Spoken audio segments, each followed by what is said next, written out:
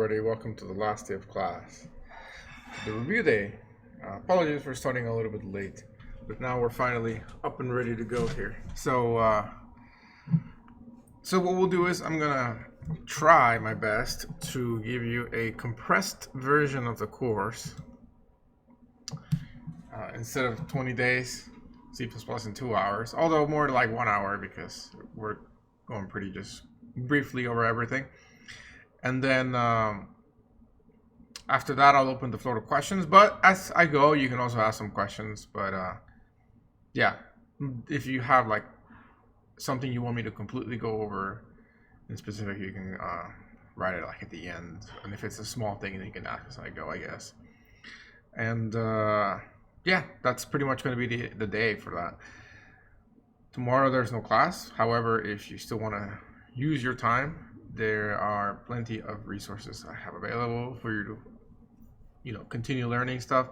I posted on Discord my 3-part series on operator overloading that you can watch. Also, if you wanted to learn Python, I did post somebody else's video on Python, which I think is pretty good. Albeit it's a little bit intense for your level because you're not as familiar with programming, but you can definitely you can handle it. You just have to kind of go really slow and practice as you go and rewind and so on. But it's a really good video, and I mean, talk about actually compressing content into one video.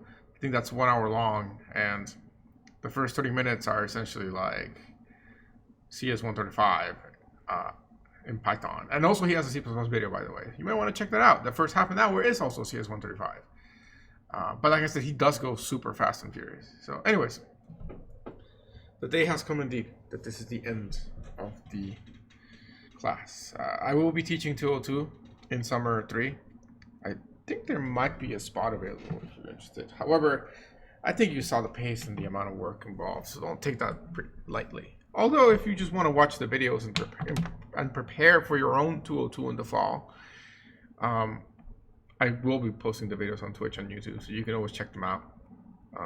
Also, if you're taking 202 with somebody else and you want to clarify a specific subject, you can always Google, but you can also watch that video. So this stuff will be here forever. Same if you need to refresh before you take 202. I do warn you though, don't wait too long before take 202. Actually, people that wait 1 year between 135 and 202, like they take 135 like in the fall, and then they take 202 in the next fall. That's very bad. With coding, it's a perishable skill.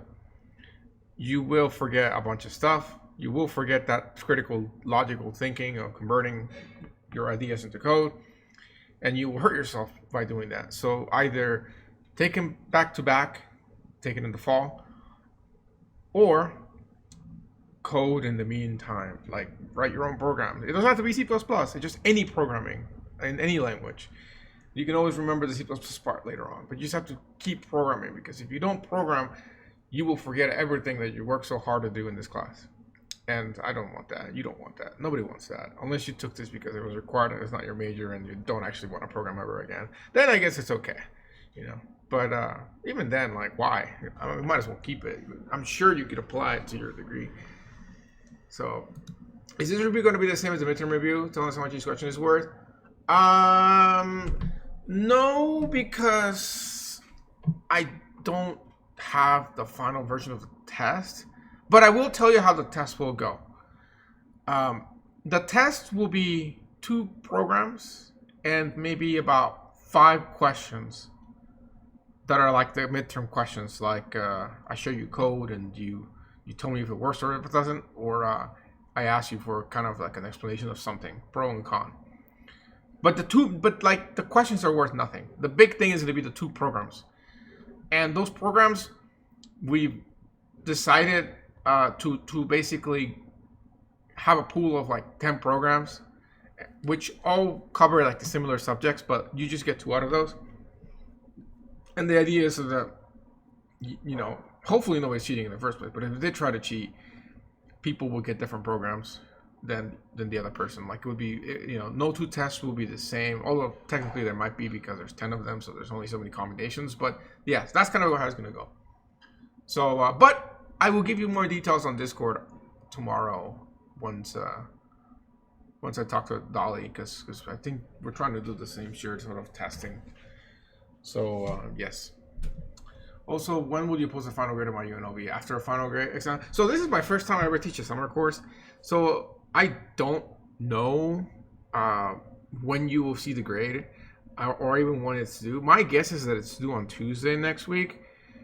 I will post it as soon as the grades are done, as in like when the exams are graded.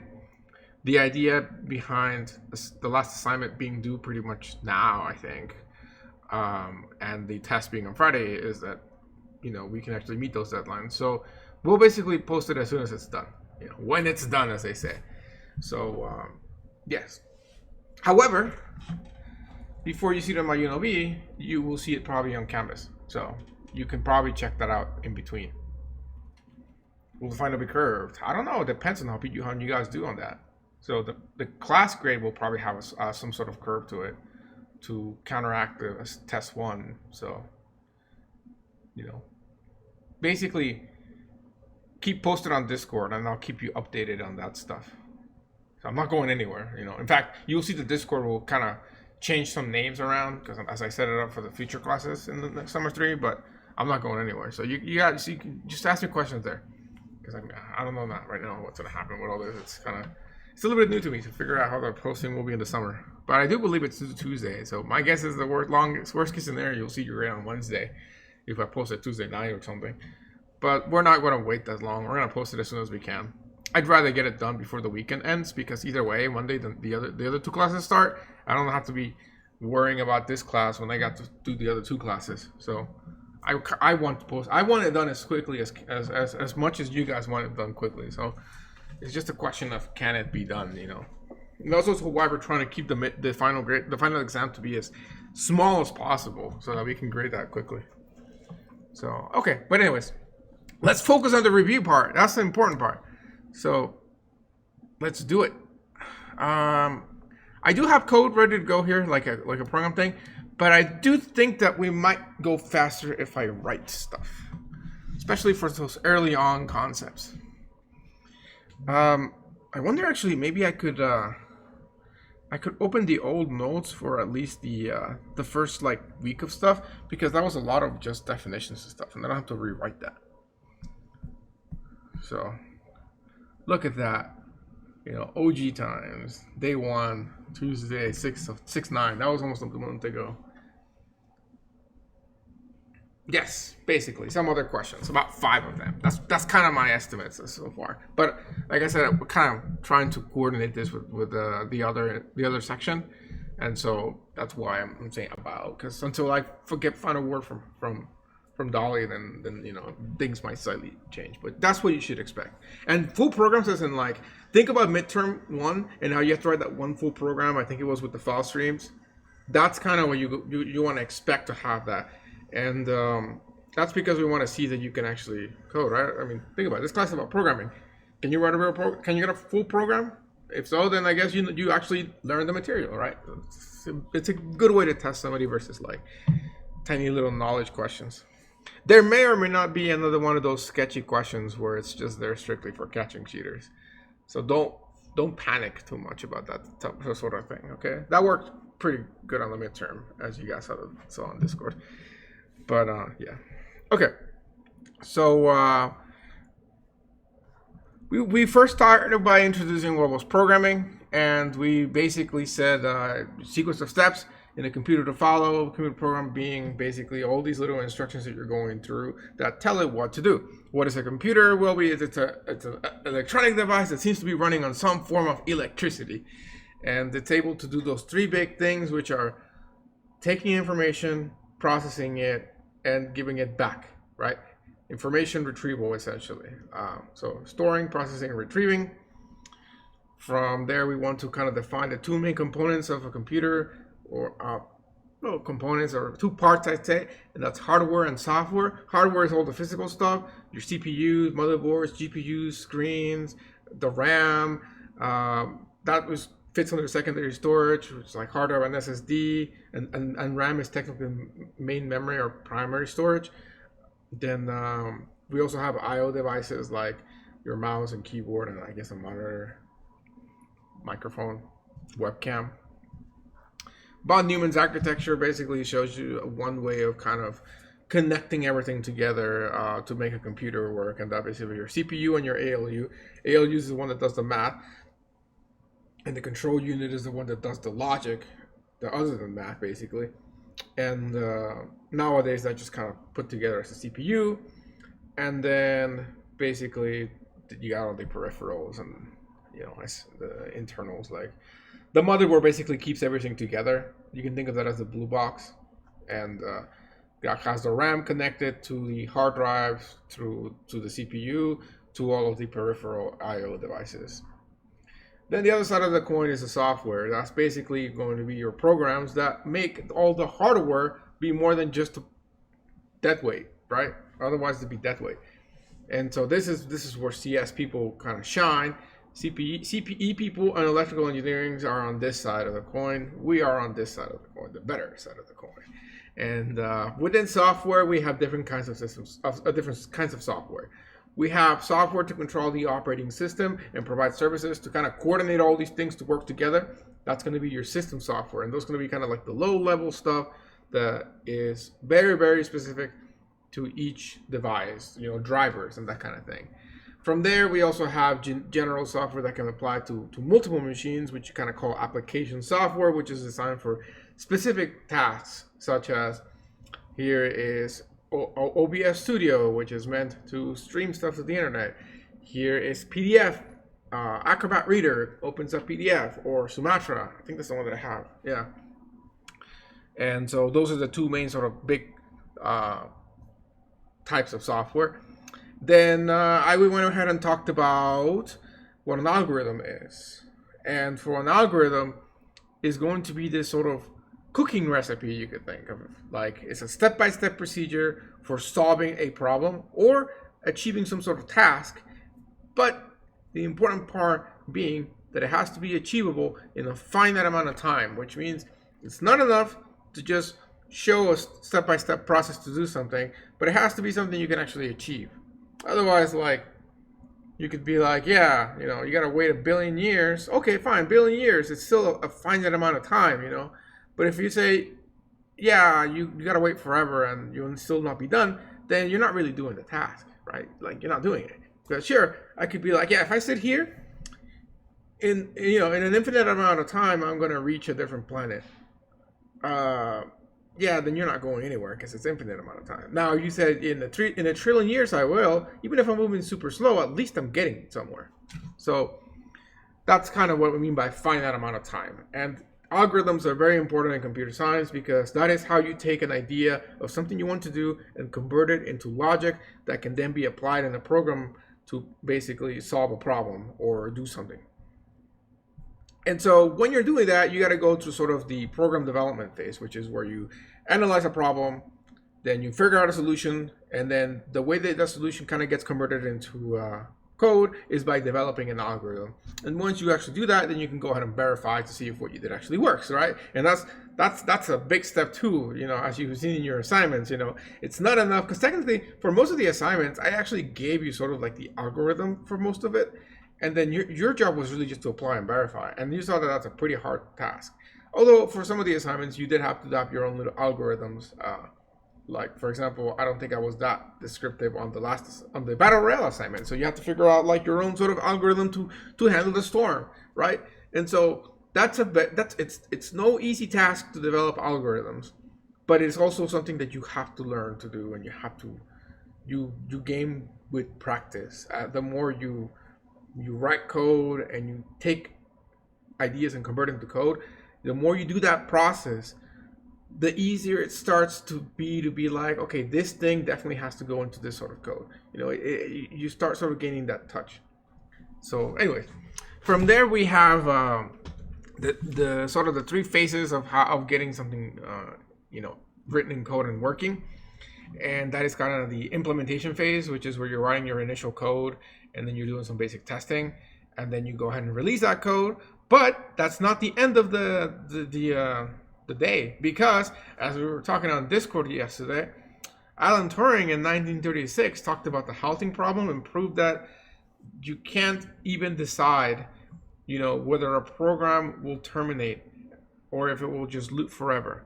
You can't write a program that will do that.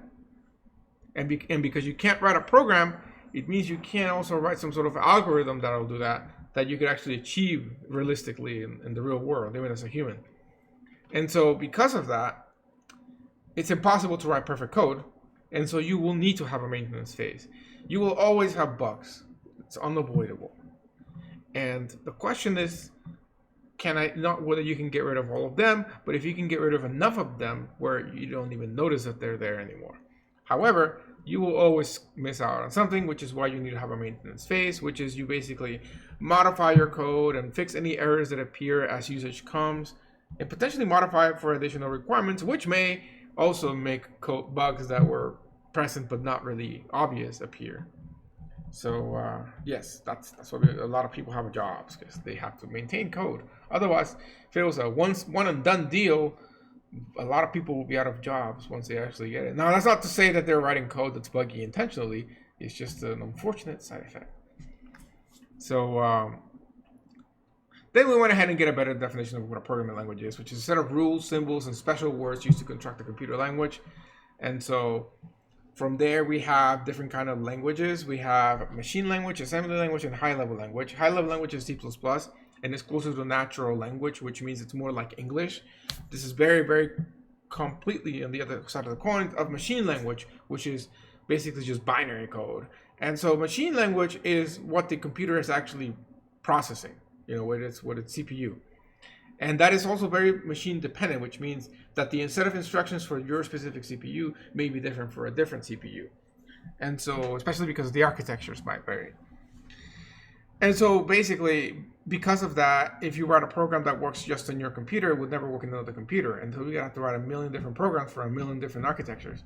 And so we kind of come to the middle ground of doing a high-level language and then using what's known as a compiler to transform this, which is machine independent, into machine code or assembly code. Now, what is assembly? Assembly language is basically when if you want to write code that is machine dependent, but you're trying to make it very efficient, so you're trying to go right down to the instructions, you still don't want to write things in binary. That's just horrifying.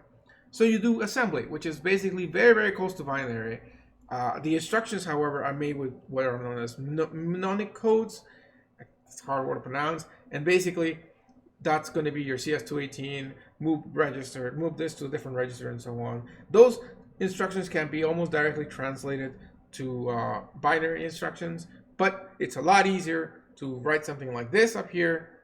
I mean, that's quote unquote, because it's still kind of hard to write this stuff than it is to just write zeros and ones, because it's a lot easier to memorize the word than it is to memorize a pattern of ones and zeros. Pretty quickly we start confusing stuff. Other examples of high-level languages are Java, Pascal, Python, JavaScript, and C++, C#, PHP. That's not a real language, but and so on. Report states that will be by robots. Yep, and those robots have to be maintained so that they don't become Skynet and kill us all. And you guys will have to write the code for that. Just think about that responsibility. Here's the definition of compilers.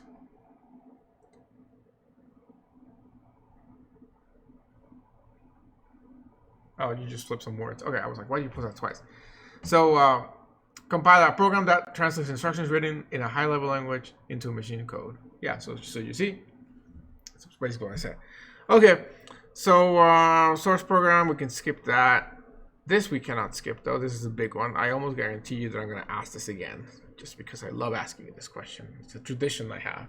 So you better, if you didn't get it right the first time, then you better get it right this time.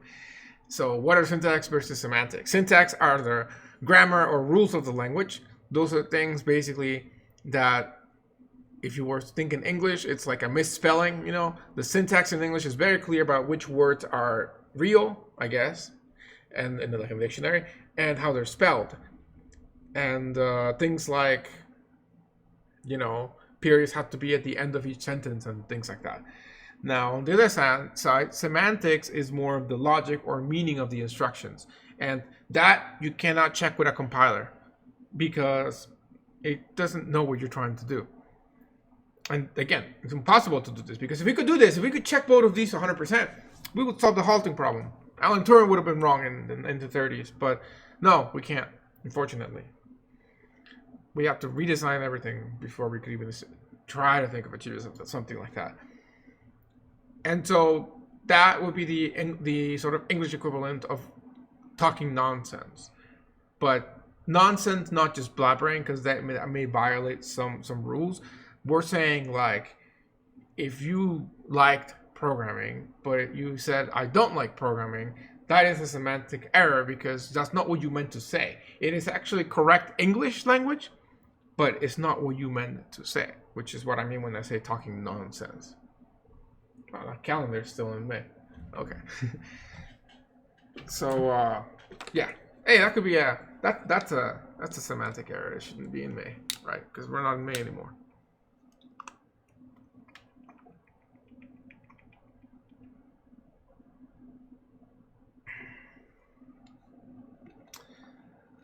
The skeleton code thing we ended up not using this semester, so I wouldn't waste your points on that. Nothing happens. You just lose your points. You get scammed.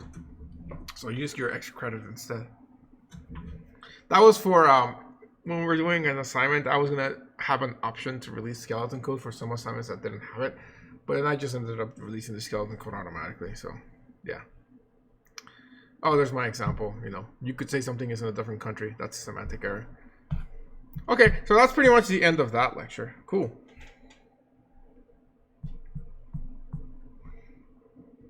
There was nothing for day 2, I guess.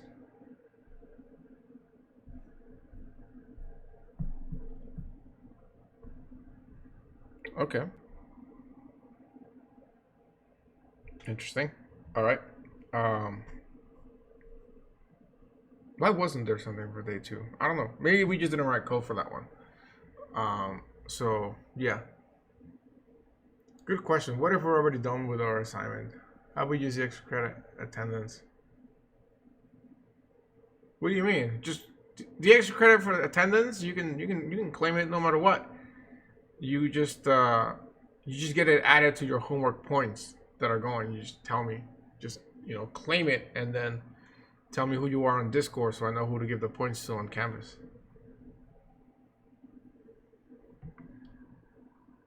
Okay, so finally we get to actually talking about C++.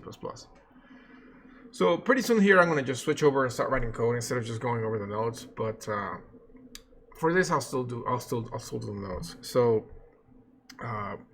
the most important thing is to make sure that you can program in this class, right? And so sometimes to be able to understand other people when they're helping you, you need to understand a lot of terminology. And that's why we go over that kind of stuff. So an example of that is a data type, right? So what is a data type? A data type is a set of values along with a set of operations that can be performed with those values. Now, that may or may not make sense as it's written, but in reality, you know that a data type is something like an integer, a float, a double, and what they are is basically these variables that can contain different kinds of information, whether they're words or numbers, and those numbers can be different kinds of numbers. And the built-in data types have specific operations such as addition. 2 integers can be added with a plus sign. However, 2 strings can be concatenated with a plus sign, which means they get put together, right? You can do like string equals string, or str equals str1 plus str2. That will basically slap those 2 together and save it into str. So those are the kind of operations that are built into these built-in data types. And the list of them is integer, float, double. String is not built in technically, actually. Although for all intents and purposes, pretty much you can kind of think of it that way. There's char, that's not in here. There's booleans. There's longs, which are just bigger integers. There's the whole idea of signed versus unsigned, which you didn't fully talk about, but that just means the range of numbers. So that kind of jumps it into a range of, into the idea of, you know, certain data types are good for certain ranges of numbers because you are storing these in memory and they are being stored in a specific size, which is 32 bits, for example. And that kind of limits you on the amount of numbers you can keep. So, you know, it's good to know that kind of stuff. For specific usage of cars, we talked about the ASCII table and how that is stored there. So potentially, you know, cars are nothing more than just a small set of numbers, integers. But what happens is, because it knows it's a car, it's going to check its little table here and say, okay, the number 45 happens to be an A. So I can know that he's trying to print an A. The reason we got to translate it to numbers is because, think about it, binary is a numbers is a number system. So everything in the computer has to be translated to numbers before it can be used. So we got some questions. What was the main difference between double and float again? Yeah, so the main difference between double and float is the size that it's kept in. Float is kept in 32 bits and the float is kept in 64 bits.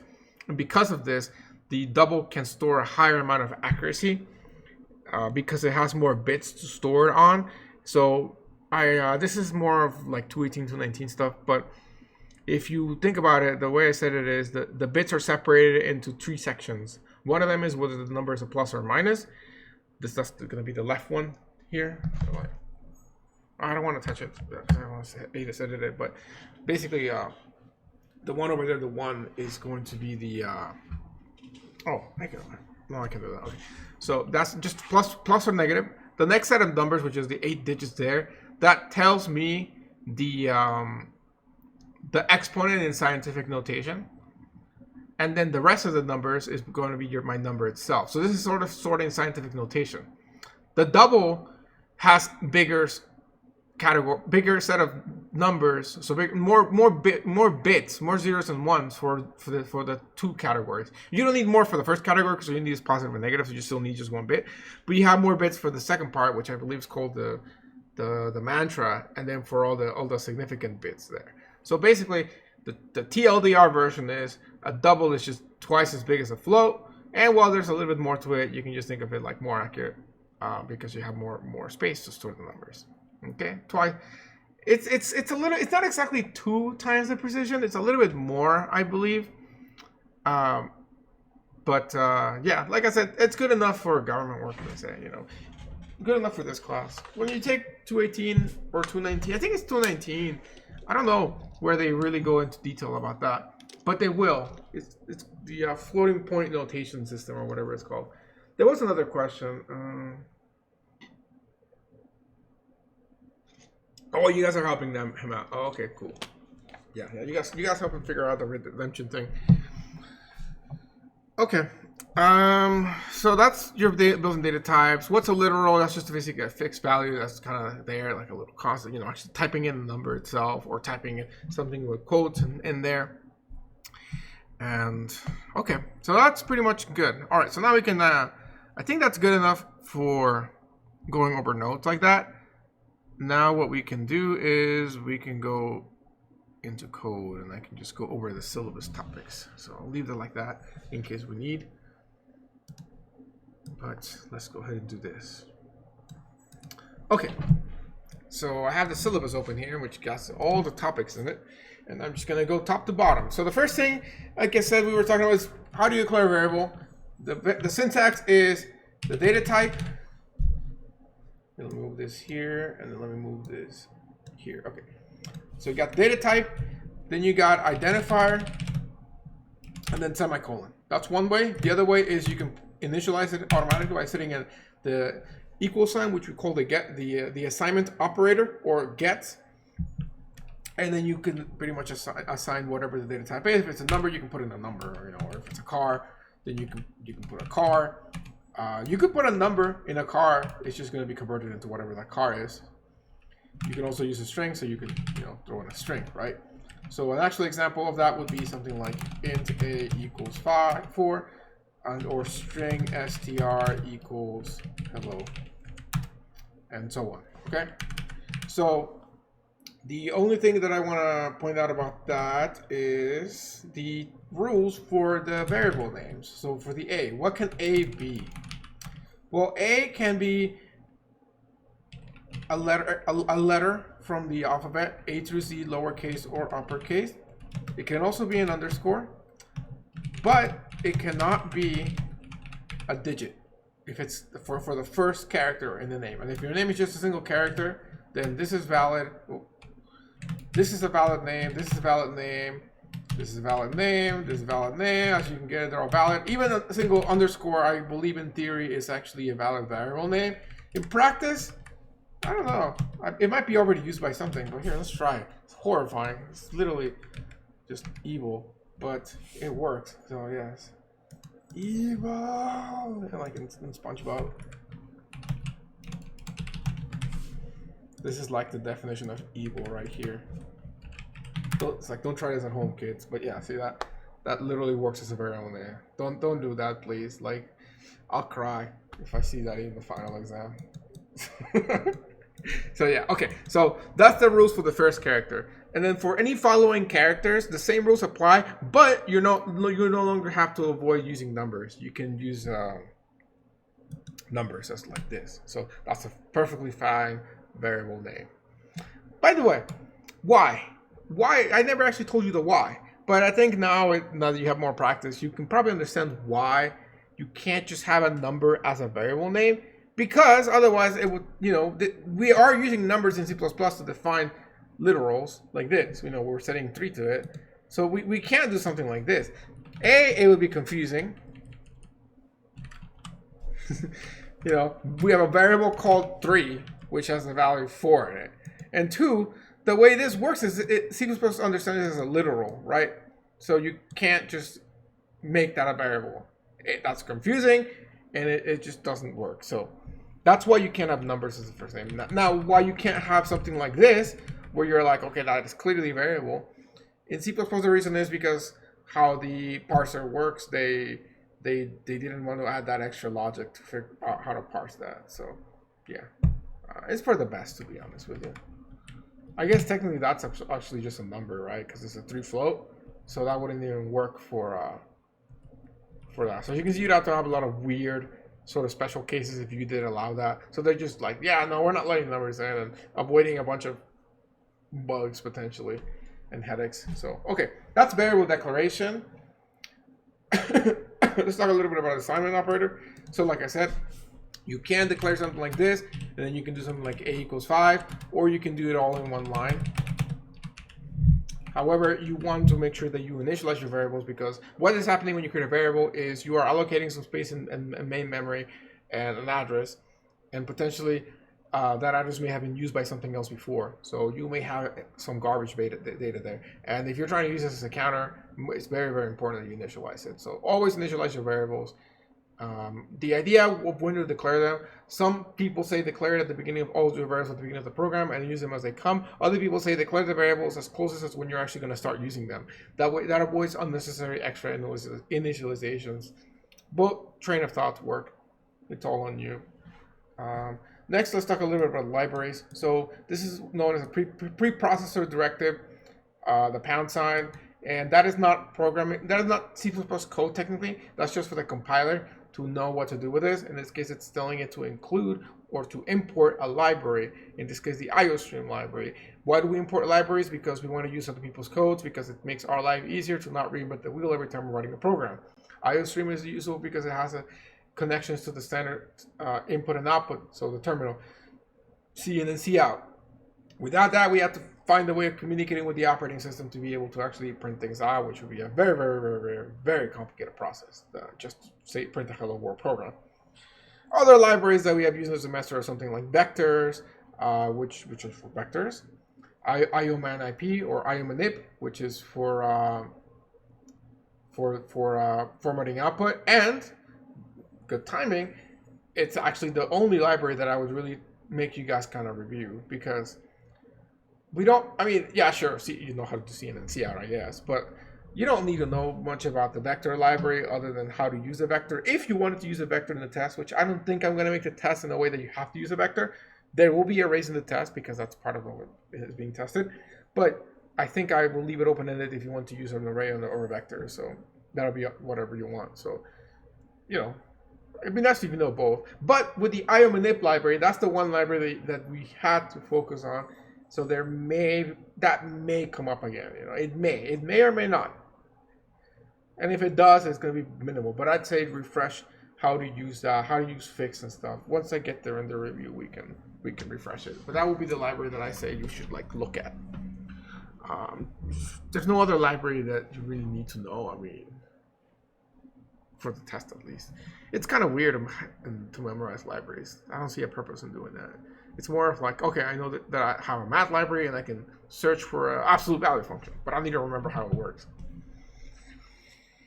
Okay, so using namespace std, that's the one thing we never fully told you, the namespace stuff. I did post a link. It's not going to be in the test, but again, that's basically because C in and C out are sort of part of the IOStream library, and we would have to put std : in front of every time we use something with that nature.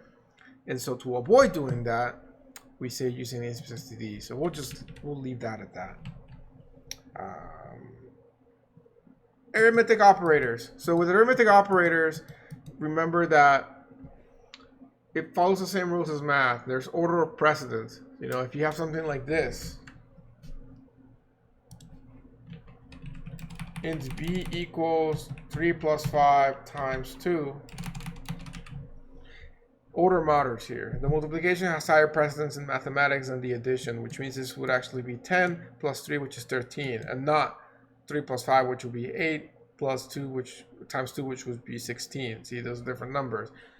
Order of precedence, order of operations matters. If you want to do 3 plus 5, you have to add parentheses, and the same applies in programming. So all that order of precedence applies as well.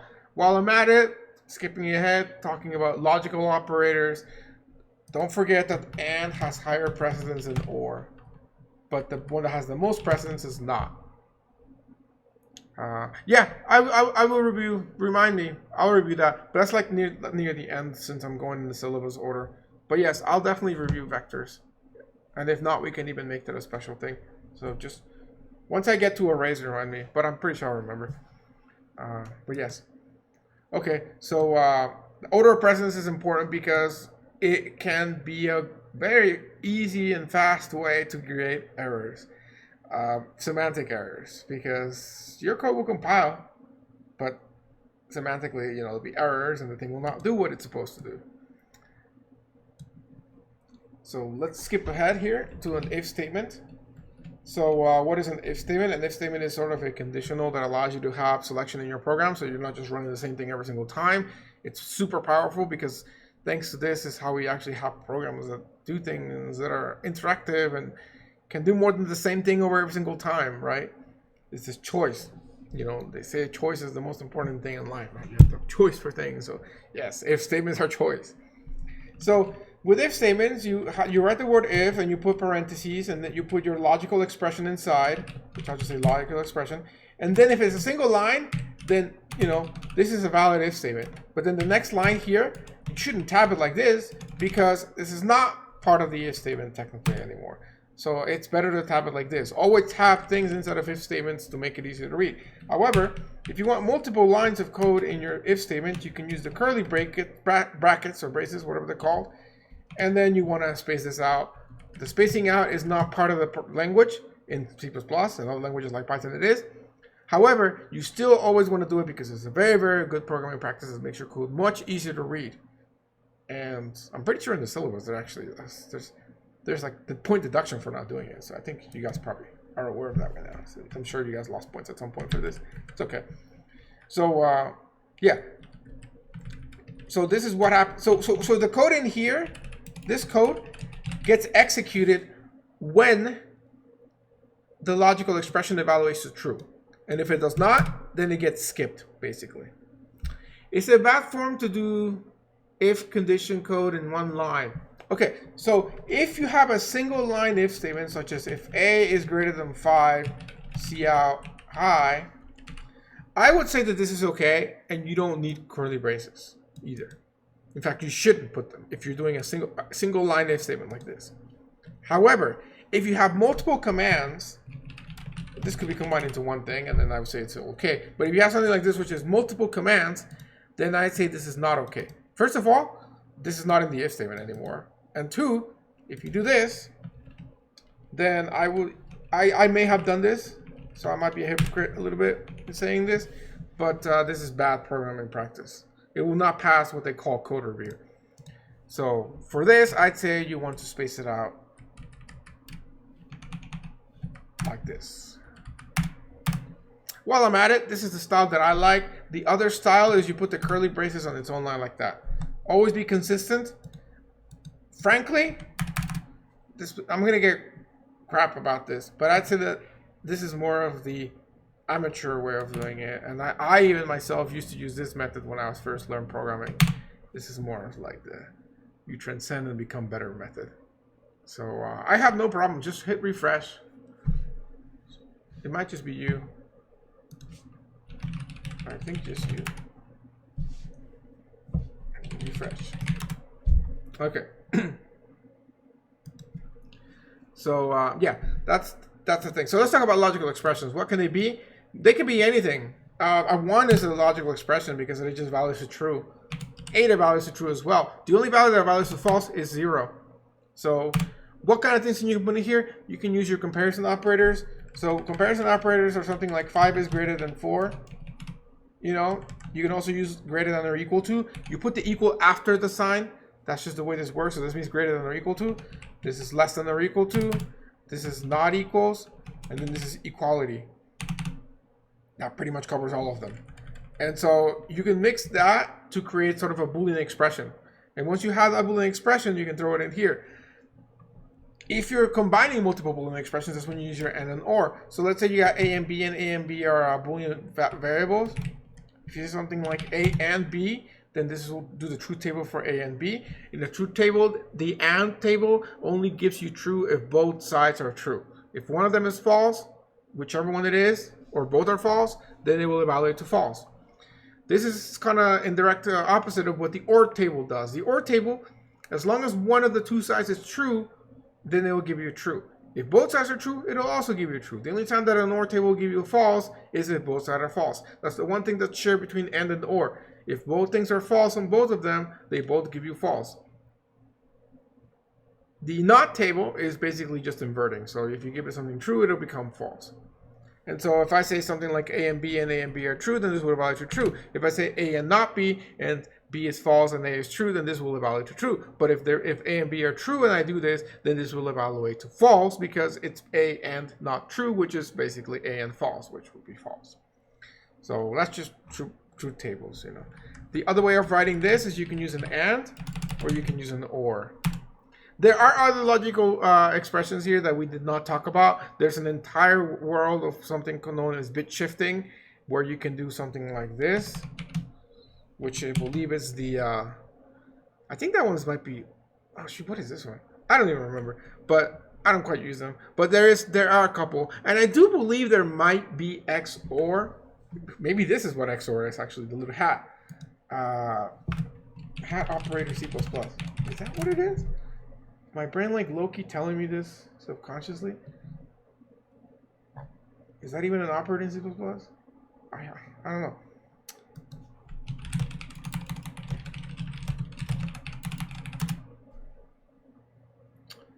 Let's see.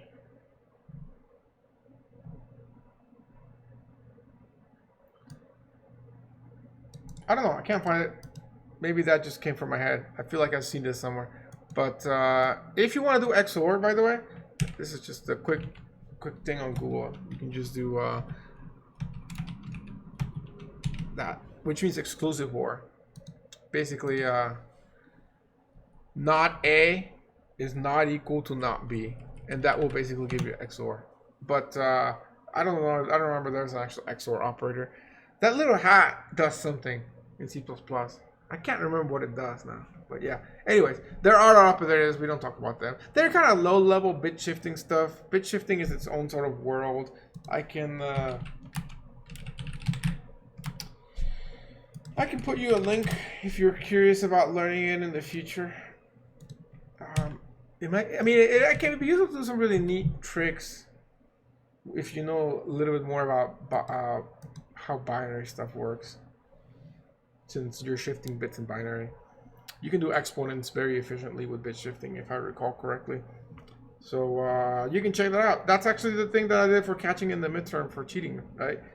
Because technically, this operator here is more than just the insertion operator. this is technically the left shift operator, I believe. It might be the right shift, but yeah. So that was one of the things that I was catch people. So anyways, that's how basically your Boolean stuff works with the if statement. From there, we can move on to talking about how to read input from the user. How to write output to the screen is cout. Hopefully, I don't need to review that one. You know, hello world. However, if you want to read an input from the user, you use cin, and then you put the variable that you're reading into. And so here, you know, you would write a prompt saying something like enter your social security number, and then you just cin it into that variable. And that's pretty much it. And then this is called the extraction operator, I believe. And this is the stream insertion. Wait, no. I might have those backwards. Ah, I hate how I always mix them. Insertion operator.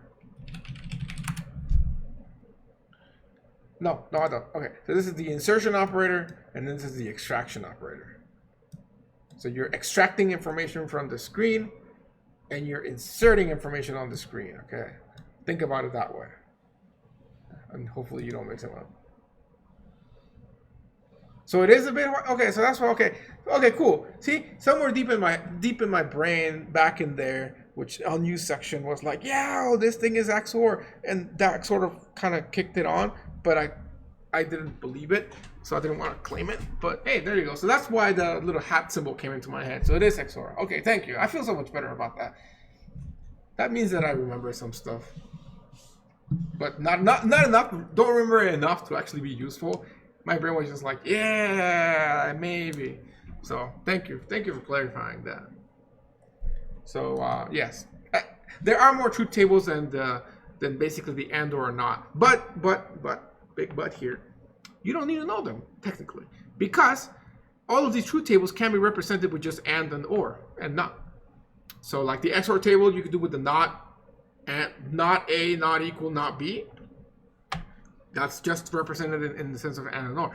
And that's useful for like when you're developing a microchip, because technically you just need an and, an or, and a not transistor. You don't need to have an XOR transistor. And so that's a good thing, because you know, when you're manufacturing, it's less things to manufacture. So yeah. Anyways. Okay, so cin and cout, string concatenation. I guess I'm not showing you a quick sample, so I said it already. But if you have string A, obviously this code is not compiled, so I'm writing it because I'm reusing the same variable names. But I'm just trying to kind of go fast here. But if you have string A and string B, or just string A, just a string A actually, and you have cat, and then you do A equals cat plus cat. Wait, what? A equals A plus A, that's going to give you, string A is now going to contain the word cat, basically. Another way of writing this is this way. You can use the plus equal operator. The plus equal operator, basically, what it does, and I can change this to a different variable name to make it easy to read, is this means the same thing as equals A plus B. These two are interchangeable. However, people like writing this one from the top because it saves a little bit of space. So, yes. Blah. Because we're better than them. Okay. So, okay, we got comparison operators, logical operators, if statements, input, command line arguments. Okay, command line arguments. So, just a little bit skipping ahead and back, but not because now you know that has to do with arrays. So if we have main like this, we're not reading any command line arguments, but we can read command line arguments. Yes, I did. Probably I did, I think. You can write your command line arguments like this, or you can change this from 1 asterisk and then putting the square brackets there. This is a pointer, kind of, so that's why that changes back and forth.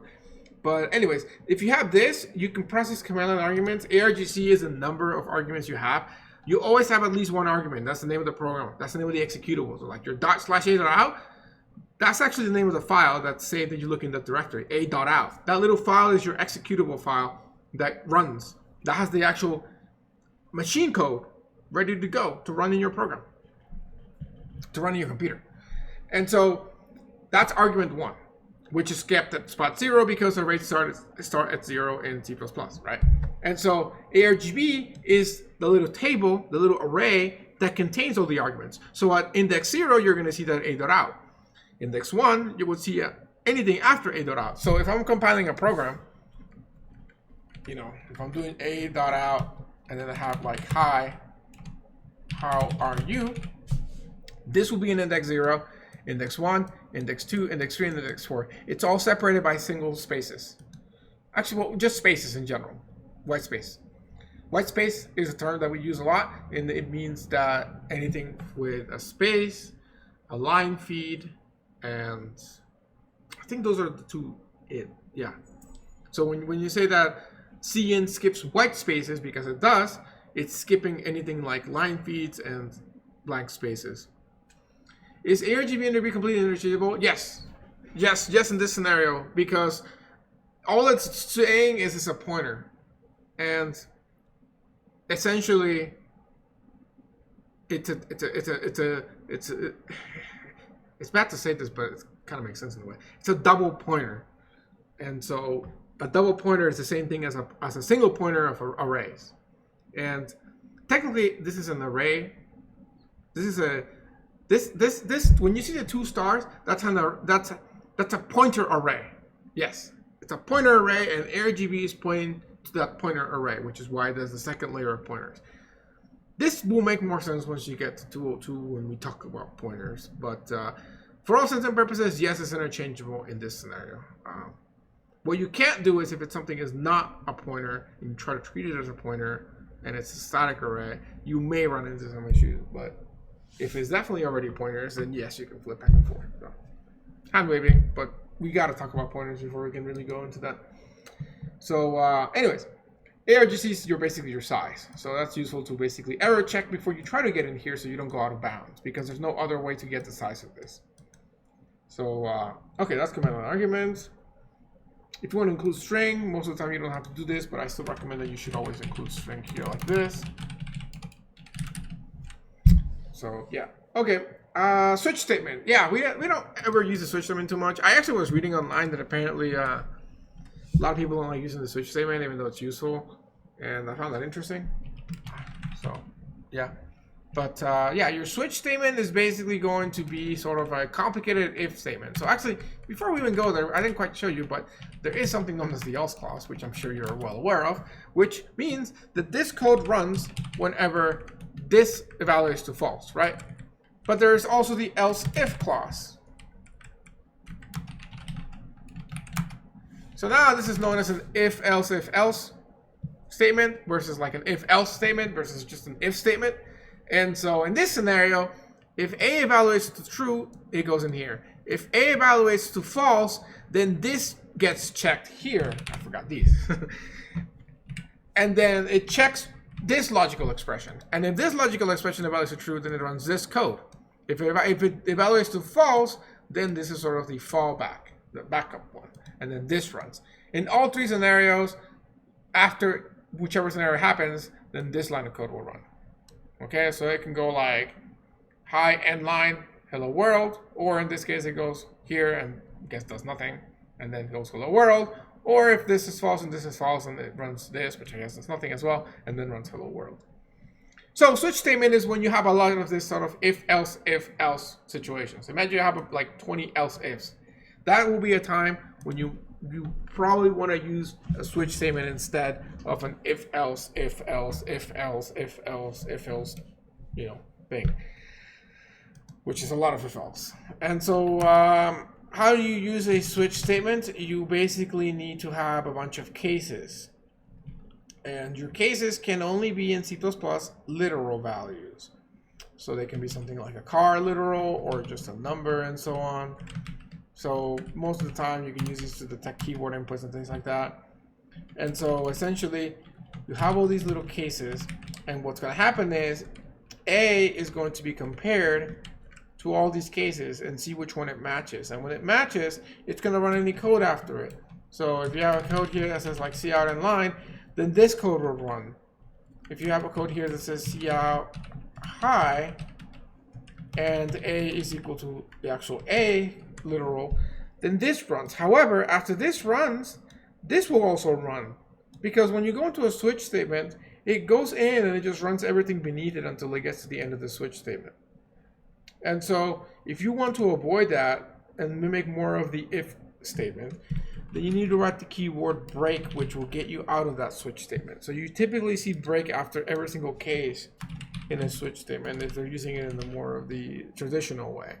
But you can definitely take advantage of the fact that things fall through by combining different cases together. So for example, if you don't care if this is uppercase and lowercase, you could be using it to a lower function, but you could also just do this. And so now both of those scenarios will go ahead and hit this. So it's not always the end of the world. In fact, here's something that would be kind of cool. So you could like to lower A and then store it in some variable that you're supposed to be storing. But then also you want to print out high. So now this is a much cooler usage of that. If you want to have a default case like the else clause, then you would go ahead and write the word default. And so that is sort of your fall through. If none of the cases fit the switch statement's value, then it'll go into the default, which is sometimes like your error checker or something. You still write break though. Otherwise, I think weird things happen, if I remember correctly. So that's your switch statement. That's all there's to it. All right, moving on to iterative code.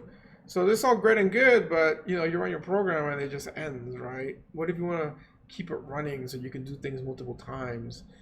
And so like a game, like Battle Royale and whatnot, so you can keep going multiple rounds. In that case, you need what are known as loops.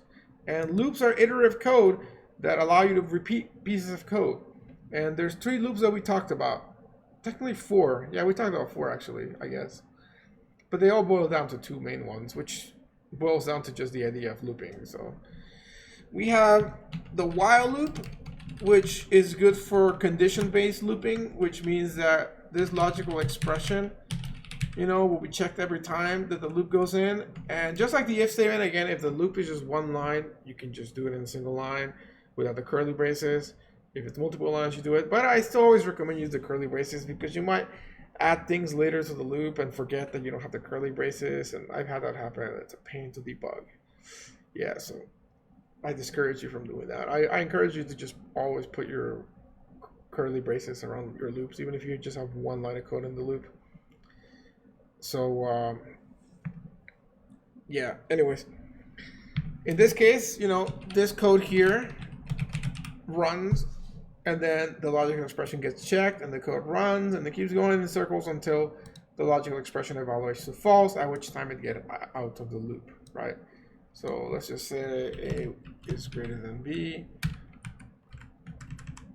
And then every time it runs, we decrease the value of 1 with what is known as a post-decrement operator. So we have post-increment operator, which is this one, post-decrement, pre-increment, and pre-decrement. These operators are very useful for doing some things quickly, such as adding 1 to a number. That's basically what happens when you do this. If A is 5, now it's 6. In all these scenarios, it changes by 1. So these increase it and these decrease it. But in practice, if you have more code surrounding these operators, there may be more things that they actually accomplish, such as if you have an assignment happening there. So if you have something like this,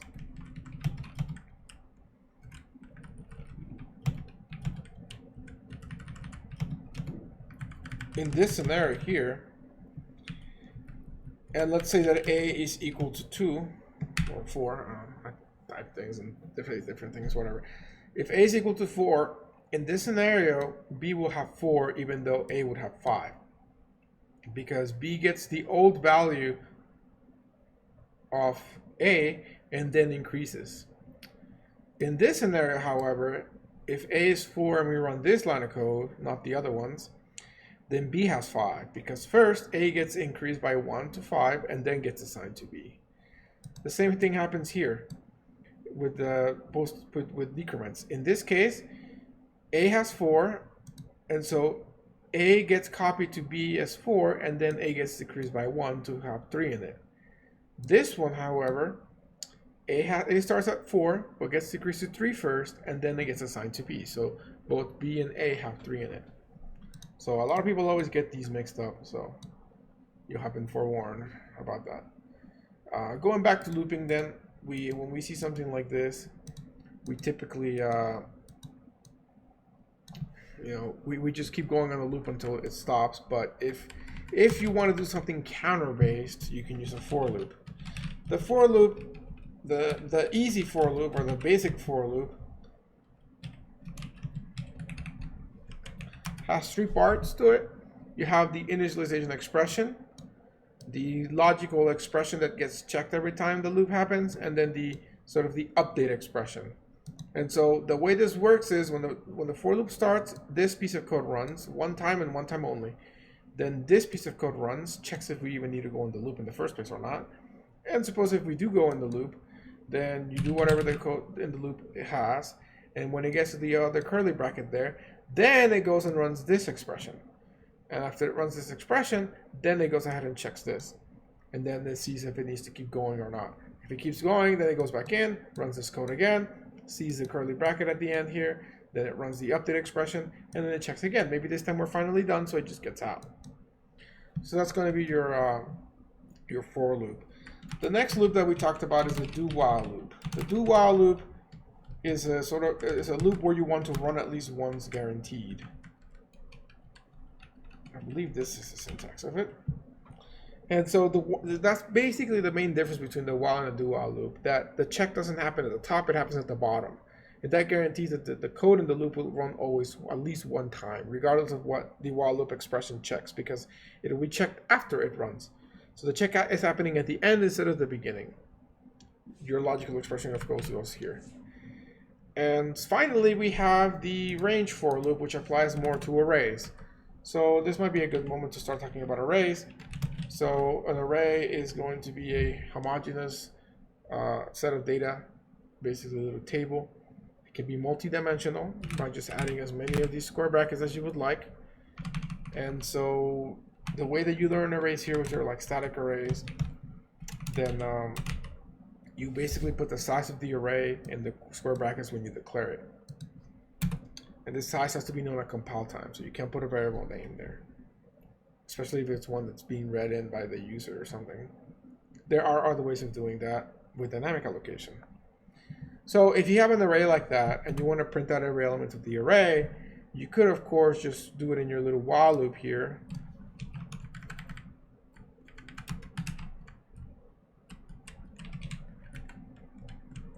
In this case, you want to do I is less than 10. Oh, I had an A++ here. I meant to put an I++. My apologies earlier.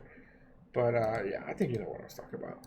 So anyways, if you want to print things out, you can access each of the elements of the array with this index operator.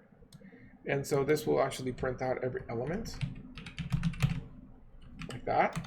Or if you want to assign things to it, you can't just assign outside of the array. You can't just go and say like 5 here and assume that that's going to set everything to 5. It will not. So you have to do individually. Each member do this. If you want to add one to every single add one to this array to every single member, then you'd have to do that inside of here. Okay. So you can do like, or add 4 to everything, plus equals 4. So why I'm talking about that is because with the range for a loop, you can kind of achieve the same functionality in a cooler fashion. You can do something like int I colon and then the name of the array, and then you can just do I plus equals 4 or I equals 4 if that's what you're trying to do. The reason we have the ampersand is because that's known as the address of operator, and also it's used to pass by reference versus passing by value. So in this case, we're actually modifying the array and not modifying a copy of the member of the array that is being pulled right here. If we didn't have this ampersand, this array would not get modified at all. We'd be doing nothing. What's the difference between the static and array? It's where it's kept in memory. Static arrays are kept in stack, and the dynamic arrays are kept in the heap. That's as far as I remember. But don't confuse this with the keyword static in C++. Different story. We didn't talk about that keyword actually. If you want to find out, I actually had it open in case we had time to talk about it today. But so it's a completely different unrelated topic. But yes, what I mean static in this scenario is the fact that the size is fixed at compile time. And it's not dynamic in the sense that it can change at compile time, after compile time. It can change, it can be set up runtime. So anyways, this is going to be what is known as a ranged for loop. You can also use an auto here. Autos are type of these sort of shorthands that don't require you to put the variable type. It'll be sort of deduced from the type of whatever you're using it on. So it has to be able to be deduced, otherwise you get compile errors. And that's the for loops that we talked about. Yep, cool. All right, break and continue. So you've seen break here, but how to use it in loops? Very easily, you just throw it inside the loop. And what that does is that will break you out of the current context, or just that current loop. So if you have a nested loop, it's only going to break you out of the innermost loop. What that means is the moment it sees this line, it just stops the loop and gets out completely. Continue, on the other hand, is a little bit less shocking per se, in the sense that it will stop that iteration of the loop, but then it'll go back to the top of the loop and check to see if it can, if the logical expression still evaluates to true. So basically, it just skips to the top without doing any code beneath it. You would want to put this in sort of some sort of if statement that has like a special scenario, like if I equals 5, continue. What is this going to do? This will set everything in my array to 4 with the exception of the 6th index, which is index 5. The 6th value, which is index 5, because starting from 0, you know, 0, 1, 2, 3, 4, 5. 5 is the 6th thing. So, you know, this could be a valid use of this, like, so that I don't actually set the 5th one to 4, and everything else I do set. So, although, actually, if I want to achieve that functionality, I want to put that before the assignment. Otherwise, we failed. So, yeah, that's a good usage of this, actually, I'd say. Okay, back to arrays. To the array, you know, you have something like this. If you want to modify things, you typically want to do this in 2 for loops so that you can actually work your way in the array. And yeah, that's pretty much it. So let's talk about vectors now. Why not? Let's do vectors since you mentioned it. So arrays are cool, but you have to have the fixed size in the beginning, and you can't insert in the middle of an array. You can't resize arrays. You're very hampered and limited. Solution to this is to use dynamic arrays, but we don't know them yet. So the next best thing, and even better than dynamic arrays, to be honest, still, is vectors. And so to use vectors, before we forget, we have to include the vector library, because other smart people wrote code that we could actually, we need to be able to actually achieve using vectors. And how do you declare a vector? You type in vector, you type in the less than and greater than sign. This has to do with templates, which is not covered in the class. That's why it's this syntax. And then you put what the data type of what you're storing in the vector is. Could be another vector, actually. I showed that in one of the videos if you want to check that. But here we're just going to go with something basic like an integer. And then you give it an identifier name. So like my vector. Now you have a vector that's empty and ready to go. How do you insert into your vector?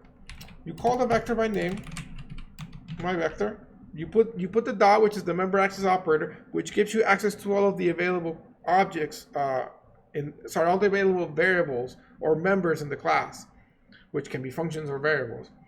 And pushback is the most convenient one, actually, that was at the top there, because that's how you insert things.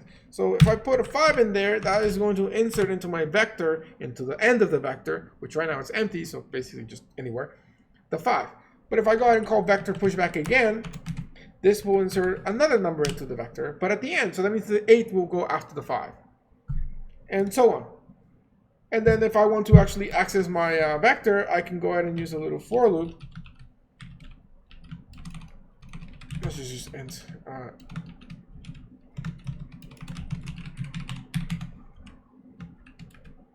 And then I can just see out I. And then that will kind of work. I could also access it using the old school for loop.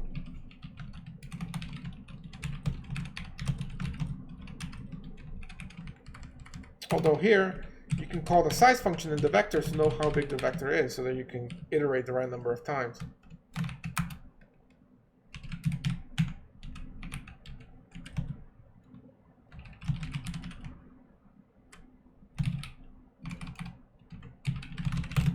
Like such. So that's pretty much what there is to vectors. There are more than that in functions, though. I mean, vectors have tons of functionality. If you want to find out, you can just use the autocomplete. Push back, resize, you don't need to worry about. Shrink if you don't. Swap is cool. Swap allows you to move things around. Let's see what else could be cool here.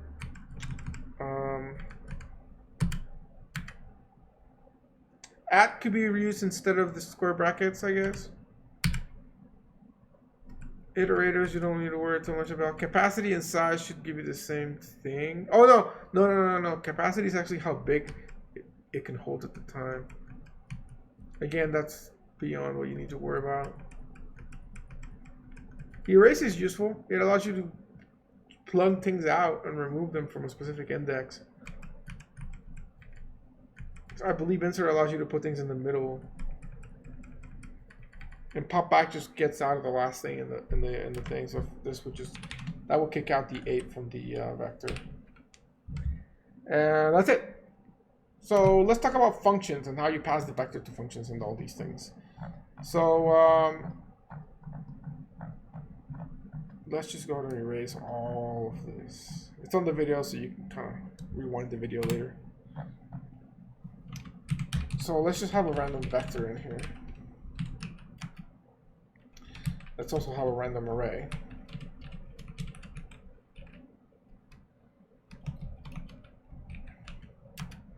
And let's have a variable.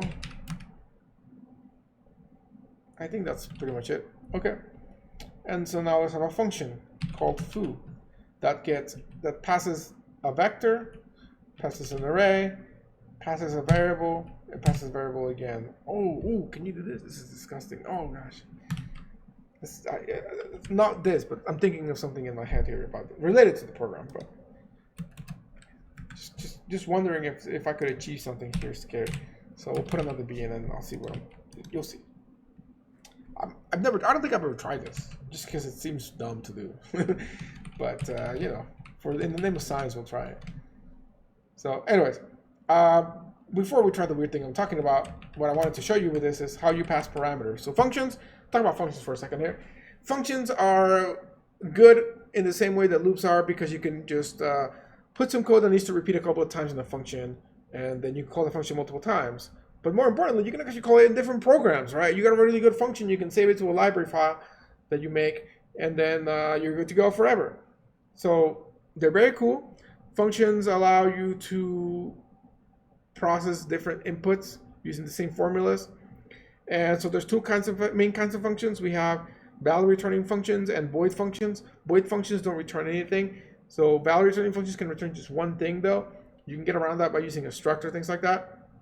And functions require parameters, which is basically the input to the function. It can have no parameters, but then the function isn't really going to do much exciting things unless it's part of a class. And they have the same rules as variables with identifier names, and you have to declare a function before you use it. If not, then you can use a function prototype to give it the basics of the function, which is just the first line of the function per se, and then you can list the function somewhere else in the program as long as it's still in the program somewhere. We call the main body of the function body or the function definition, and then the function declaration of the function prototype is just the first line up here. The parameters here as listed are called the formal parameters, whereas when you call the function, these are called the actual parameters. And I think that just about covers all the jargon related to functions. When creating a function prototype, we use void 0 in 0 string. I don't know why you're putting a 0 in front of all of those things, but if I'm getting your question right, you're asking me how you determine which one you want to use. It depends on what you were trying to do. Is your function supposed to return something back to the user? And by user, I mean whoever called the function. If the answer is yes, then you figure out what kind of data it needs to return. Is it something that is a true or false thing? Then you can go ahead and just return true or false. Boolean. If it's supposed to return a number, what kind of number is it? Is it decimals or is it an integer? If it's decimals, you want to probably do a double. Maybe float. If it's just an integer, integer, right? If it's a character, then you use char. If it's a string, then I guess you do a string. That's weird. If it's an entire object, then you do an entire struct. So it really depends on what the task requires you to do. That's how you know what you return. If it doesn't need to return anything, such as like a print function of some sort, then or it could be returning it as a parameter in there, because you could also use your parameters to return things. In fact, that's one way you can get around returning more than one thing. How do you return things? Well, there are two main ways to pass parameters to a function. There is pass by value and pass by reference. Pass by value makes a copy. Well, they both technically make a copy, but what they make a copy of is what matters. Pass by value makes a copy of the actual data. So you're working with a local copy. Pass by reference makes a copy of the pointer or the address where the data is stored. And so you're working on that address, which is where the real data is stored. So it's like saying, what's a good example? Shoot.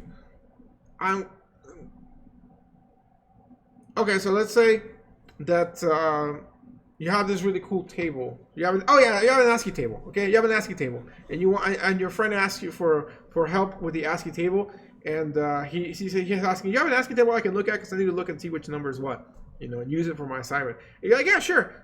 Let me make a photocopy for you of that. So he makes a photocopy and he gives you the photocopy. And you're good. You can scratch on it. You can change it if you want, even though you really shouldn't. But you can do whatever you want because it's a copy. It's not going to mess up with your friend's original. Okay, that's one side. The other one is you ask your friend, can I have an ASCII table? And he's like, oh, yeah, sure. Here's my address and this little piece of paper where I live.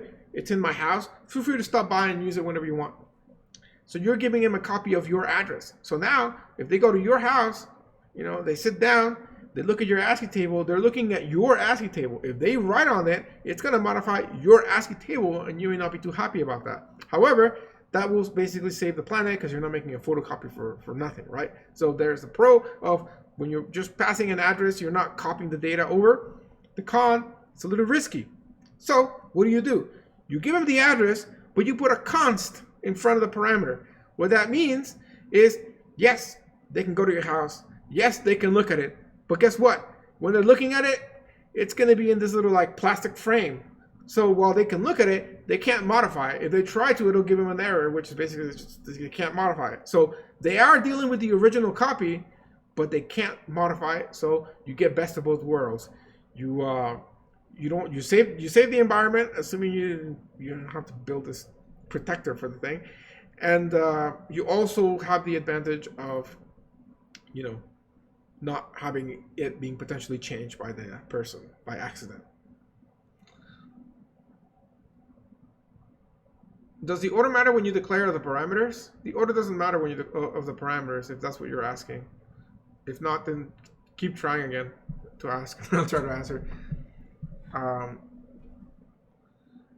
guess maybe you're asking if you have two functions and the order matters.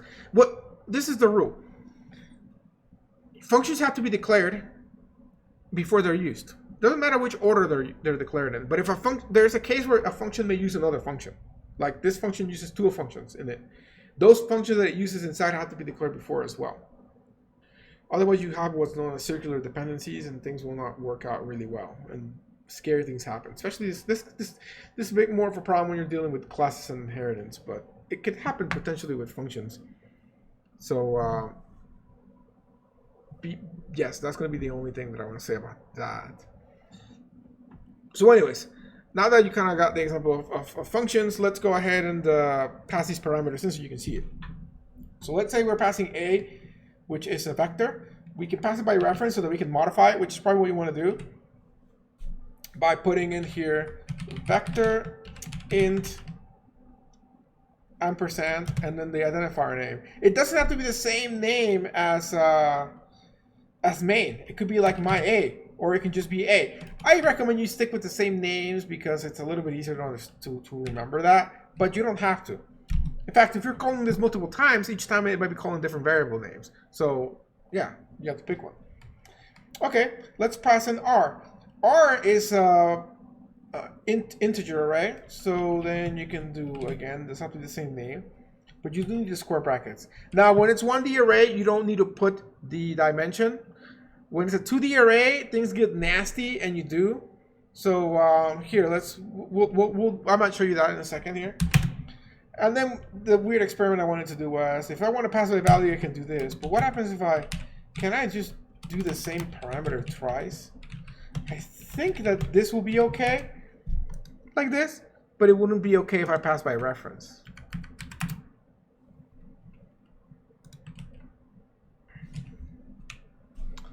Redefinition of int b. Ah, well, okay. I definitely can't have the same variable name here, that's for sure. So this should be okay. This should have no problems. Yeah, that has no problems whatsoever. What should have a problem is, what if I pass these by reference? Okay, let's pass 1 by reference. I think that will still be okay. Okay, what if I pass 2 by reference? This is kind of scary now. Okay, so that's okay. And then 3, I guess, and that will also be okay. However, they're all referring to the same variable. So if I go ahead and say cout B, C, and D, and then I do B++, and then cout them all again, I'm going to find that it changed all of them at the same time.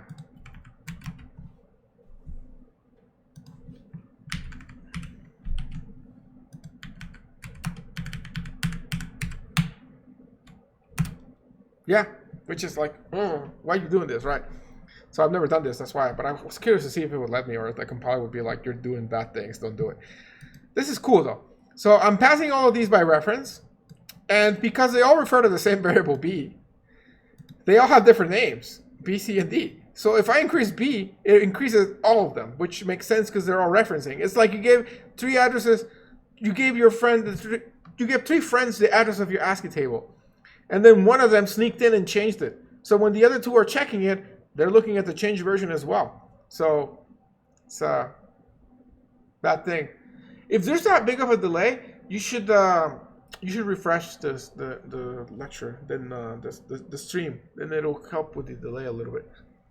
But yeah, that sucks. That's a big delay. I hope that's not for everybody. But you can see, because you can see your own chat. So see when the chat appears in the video compared to when you type it. So anyways, don't do this, but I guess in the name of science, it was a good thing to test. So understand that why this is happening. It's a good thing to know. So anyways, let's do a 2D array in here. Yeah, let's do a 2D array, because that's the one that people have a hard time with because of the weird way things are done here. So let's do arg 2D array. Oh, that did not go the way that I expected at all.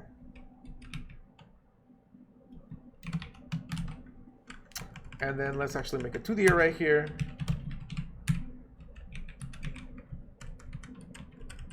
Three by 4. And then let's throw it in arg. Oh gosh, I hope that doesn't have a naming conflict. So if I try to do this, I'm gonna get an error. The errors I'm getting though are, yeah, the other ones are because of the same error. So ignore the bottom ones. Look at this one. So if you did that, if you do with a static array like this, it's gonna say multi-dimensional array must have bounds for all dimensions except first. What this is saying is, this is a dumb thing and why I don't like using this kind of array in C++ ever, for especially, at least for functions at least, is you have to actually explicitly put the variable size there, and it has to be a literal too.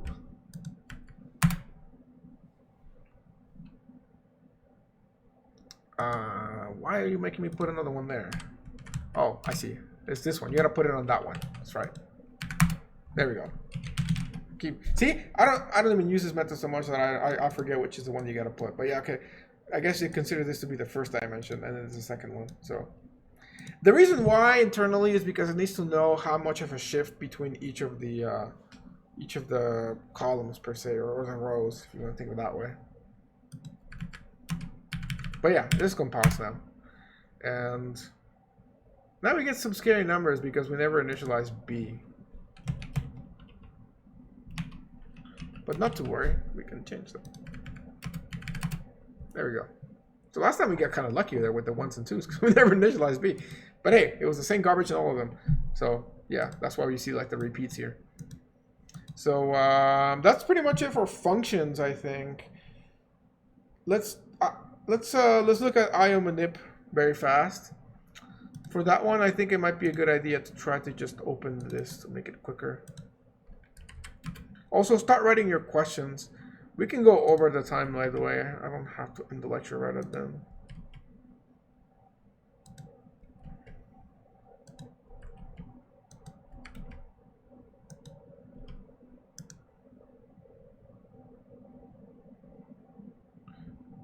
Yes, I will do that in a sec. Yeah, I will do that with the Structs. I just want to show you the IO Manip stuff really fast. Okay, so IO Manip is that library changes. And so rather than me just trying to code here, let's just look at the example that we did in class. And if you can check the video for more details. But IO Manip allows you to do a couple of things, such as changing the number of digits that gets printed, spacing things out, changing justification, and so on.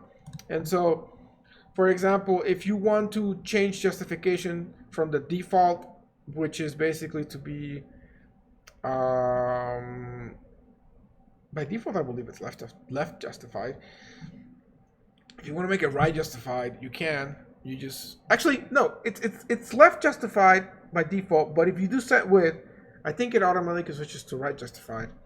Either way, if you don't want to leave that to choice, you can put the word left and right before you put set W. Set W basically says allocate these number of slots of characters for this number or whatever you're printing, and then fill it out either from the left or from the right, depending if you have left or right before it. And if you want to change the precision of something, you can go ahead and put cout fixed. You only need to do this once, and then you do set precision. The number here is the number of digits after the period, after the decimal, that will be printed. So, you know, money-wise, it makes sense to print 2 because that's the amount of cents. If you put it at 0, then it will not print cents. It'll just print the nearest dollar. This will round up correctly, or round up or down as correctly. Whereas with an integer, when you casting being explicit conversion, and then coercion being implicit. In this case, you're doing casting. You are casting something like a double into an integer. It just chops off the decimal, right? So it always rounds down. So even if it's 0.9, it'll round down. Scientific is to switch back to scientific notation. Unsetf to undo the scientific notation stuff. And yeah, like I said, I don't think this stuff I put in the final because it was already in the midterm, but I don't want to just claim and say 100% that it won't be. I would check the video for more details on this.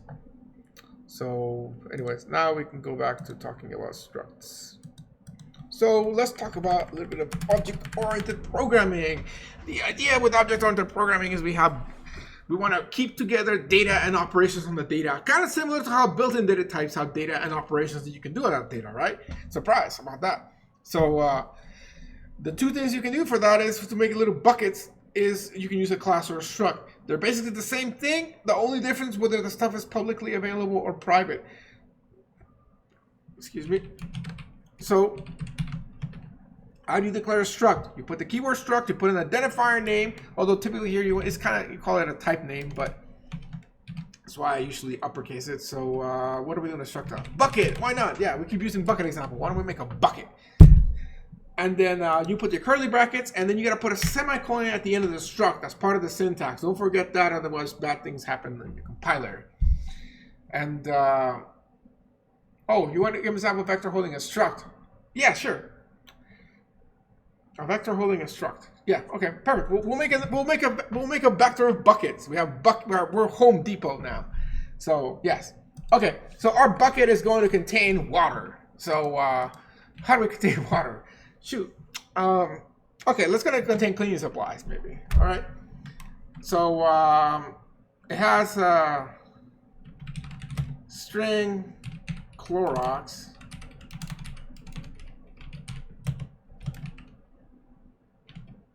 yes.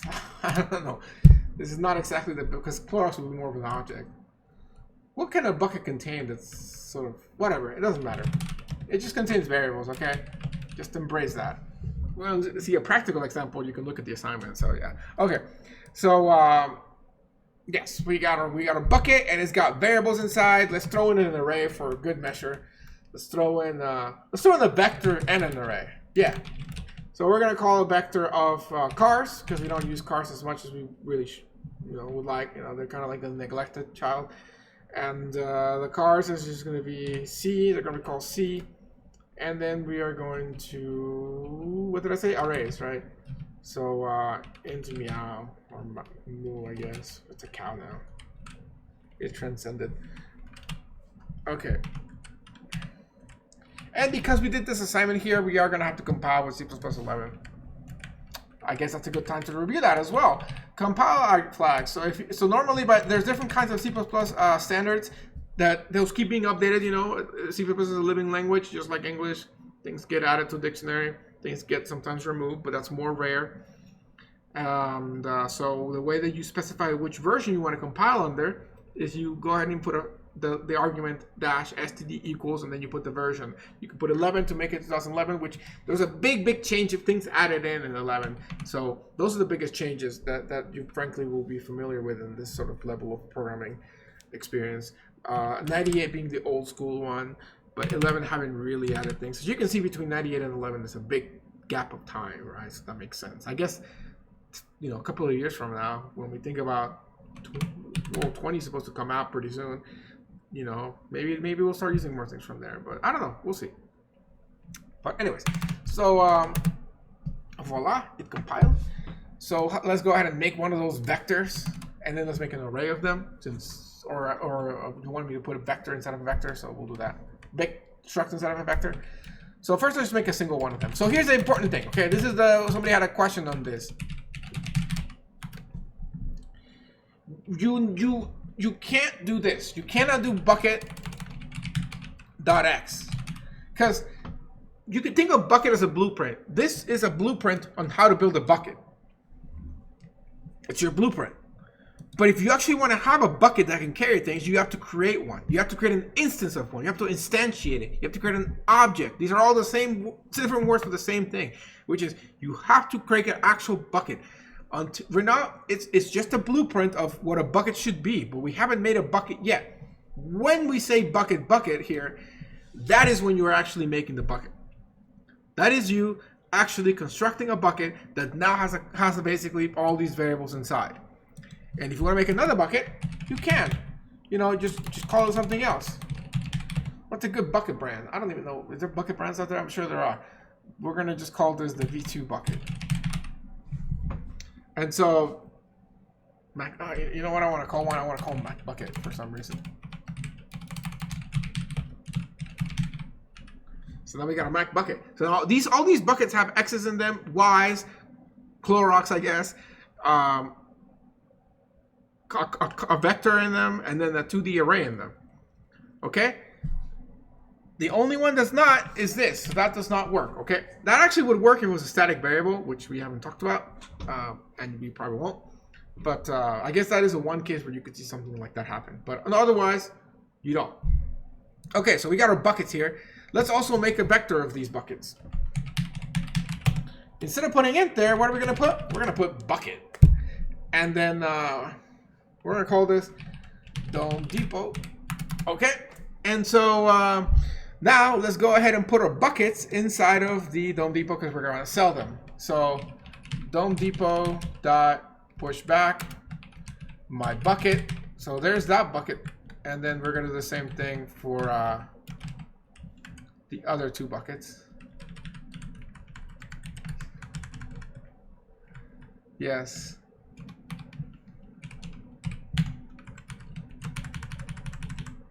My bucket.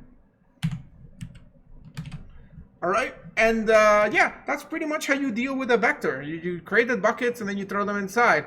Now, suppose that you want to put something inside of the vector of cars here. How do you do that? Well, you can do my bucket dot C and then dot push back and then D. And then maybe do this again.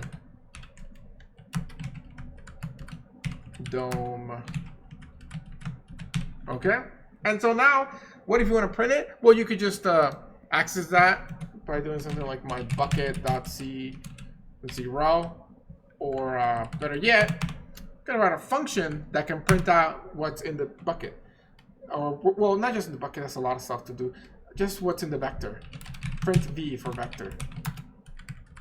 This is a void function. Class functions or member functions can access all variables, whether they're public or private. So we don't need to put the name of the object. And so here we can say something like for car C. We don't need to make it by reference, so that's okay. Oh wait, no, we'll call it C. I'll call it I C. C out I. Oh no, no. I wanted to print it on the same line. And there we go. And so now I can go ahead and call that function by saying my bucket dot C, or sorry, not dot print. Why not appearing? Oh, because I forgot all these semicolons, so it's not processing it. Print v. I can also call it once inside of the vector by saying dome depot dot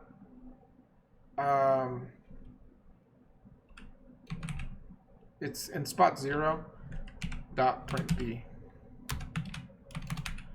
So I should get the dome thing twice. One from the one here and one from the one here. And then let's go ahead and just yeah, we don't need any other stuff. Oh, yeah. You don't this stuff was not part of it though. I finished here. So yeah. I got lucky there that you didn't miss out on anything. Yes, compiled. Dome. Yep, it worked. Okay, so just to briefly go over what I did here. So I went ahead and created a function. So let me scroll up and see if the function. And then this function basically runs through the vector and prints out every element of that vector. Of which vector? The car vector. Okay, don't confuse that with the other vector. And then and I can do the same thing for the 2D array in a minute here.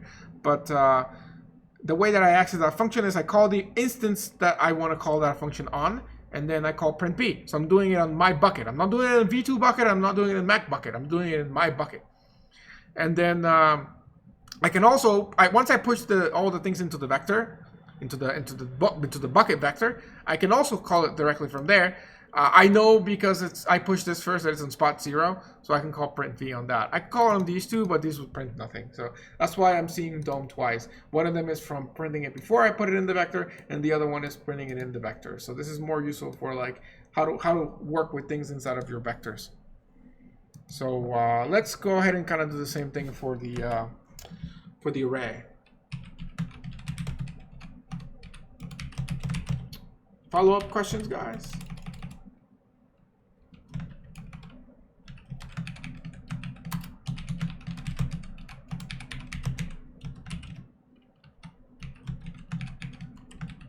Notice that the 3 and 5 have to match the dimensions of the array.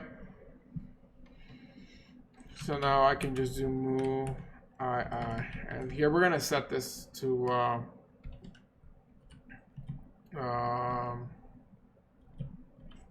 let's set it to 9. Actually, here, let's just set it to the addition of I plus j.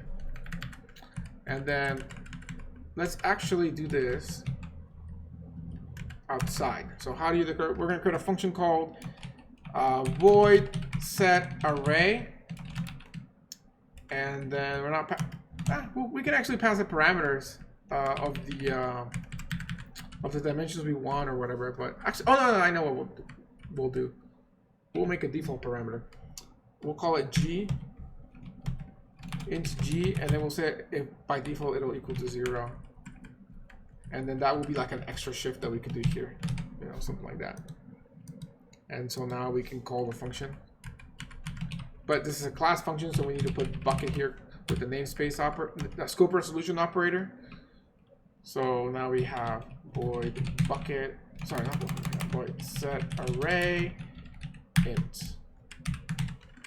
Okay, you have to include this prototype inside the class. It tells us that there's going to be a function that will be declared later on. And this, unlike normal functions where you have the prototype and you can put the function body after the main or after the code, you have to give this function, I believe, explicitly, well-defined, I believe, before the code gets even used, if I remember correctly. But I might be off on that. I can't remember. I always just put it before, so that's why I don't remember. So anyways, this will set everything on the array. So then let's have another function that will print the array.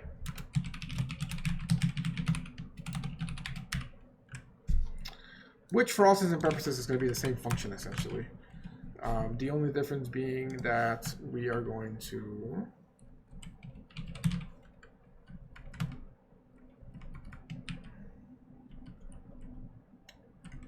cout instead of setting.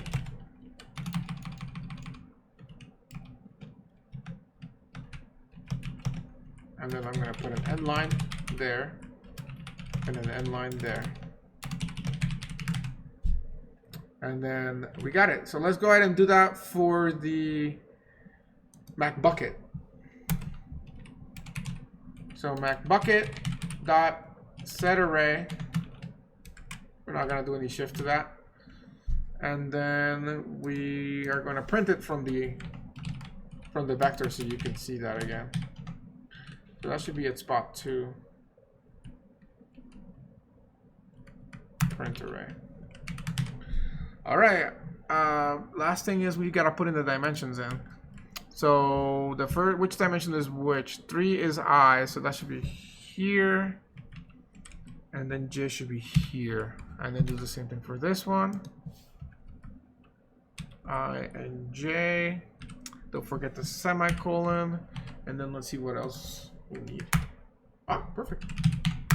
Okay, so as you can see here, we successfully set the array, and we can confirm that because when we printed it, it had actually meaningful data. So, which part did I not see? Oh shoot, I don't know. You guys tell me which part didn't see of this because it might have gone. So here's the setting of the array, and then here's actually calling the vector. So I don't know what I didn't show. Probably I didn't show the vector part, this part. So here I am calling the set array on Mac bucket, and then here I am calling the print array on my bucket, but inside of the vector. So it's at spot. It's the third thing in the vector, so it's index 2 here. There's 0, 1, 2. So you guys got everything? I don't know. Did you get it? So that pretty much covers everything with the exception of sorting. I didn't quite get into the sorting stuff. So let me know if you have questions though. Otherwise I'll just open the sorting real fast.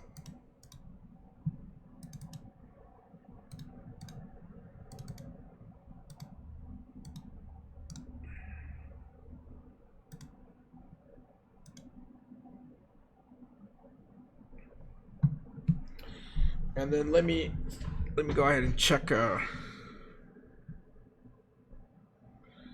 when we did that actually. Yeah, there will be no live stream tomorrow. No, I have a meeting at 10. That's why I posted the on Discord about that, and that you guys can watch operator overloading or something. I did something here and it made this thing go here. Dang it, I don't know how to get rid of that right now. Oh, here we go. Okay, so let's see. All right, so this was the sorting. This was day 15, if you want to see the video on that. And so sorting is rearranging a collection of values into logical order, usually in ascending or descending order. Of course, ascending and descending are not the lawyer-friendly terms, so we use the non-descending order and non-ascending order because technically if we have duplicates, ascending, you can't order things in ascending order if they're duplicates because like how you sort them? They're not ascending, right? So by saying non-descending order, we're basically saying that they're not going down, but they can be equal or higher. So that solves that problem from the lawyer's perspective of things, right? But it's easier when you just tell somebody ascending order. But the correct term is non-descending order, okay? And then same for descending being non-ascending order. And so bubble sort is one of the crappiest sorting algorithms out there. But it works, you know, and it's easy to teach. So that's why they usually cover it as the first sorting algorithm you learn. And the way, and it's O(n) squared, and the way bubble sort works is you have something like a list here, and what we're gonna do is we're gonna slide our way across the screen here, checking whether the first and second element, so we can consider like left and right, if one is less than or one is greater than. And so if we're sorting sort of in ascending order, what we want to do is we want to see if the right one we're checking is smaller than the left one. And if that is the case, then we want to swap them. So that way, what we're looking at after we finish the swapping is we are looking at a number that is bigger, that is on the right side. So your guess is right, this one, versus the left side, okay? So if we got two numbers here, you know, and this one is bigger right here, that means we got to do some swapping, because you always want the bigger number to be here if you're sorting in that ascending order. You can think of it going up. Damn it, it's backwards. It's annoying. But yeah, that way. Okay? So the 9 and 13 don't need to be swapped because the 13 is bigger. However, when you slide to the next number there, then you're looking at 13 and 8. Then you got to swap that because the 8 is smaller, because you want to keep that property as you go on. And so, essentially, you know, I'll probably just I'll do an example here so I can actually modify it. Let's just do 5 numbers. Okay, so you're going to look at the first 2 numbers. And if you're sorting in ascending order or non-descending order, that's going up. So in that case, this number is bigger than this number. So you want to swap them. And how do you swap? You need a temporary variable, right? So you start out with 2 things. You need to copy one into the temporary, then you overwrite it, and then you copy the old one here from the temporary. And so that you do the swapping, right? So the way that happens here is you got this little box, and you want to swap the contents. You need a temporary box so that you can basically make a copy of this from here down here. Then you can go ahead and come on, let me grab the number. Well, let me grab the number. There we go. Okay, whatever. I'll just copy paste it. It's not cooperating. Okay, so we got the 1 there. Then we can overwrite it with this. So it overwrites the 8 with the 1. And then we can take the copy and overwrite that with it. So then the 8 is there. And we have achieved swapping. It's a very simple process. It looks complicated, but it's simple. 3 lines of code. So we have completed our first little swap of these guys. So now we're going to look at the next sliding window. So that's these 2. And yet again, we do need to swap there because the 8 is bigger than the 5. So this gets swapped like that. Okay? Ignore the fact that they remain highlighted, but whatever. I can probably get rid of the highlight. There we go. Okay? Next, we're going to be looking at these 2 numbers. And yet again, the 8 needs to be swapped. This is why it's called bubble sort, because every time you run an iteration of this, it's bubbling up the numbers into the right spot, kind of like floating up. Because think of it like, this is sort of backwards, but the bigger numbers are lighter, so they want to float to the end of the list. And the heavier numbers, which are the smaller numbers, they remain there, so it's kind of floating up.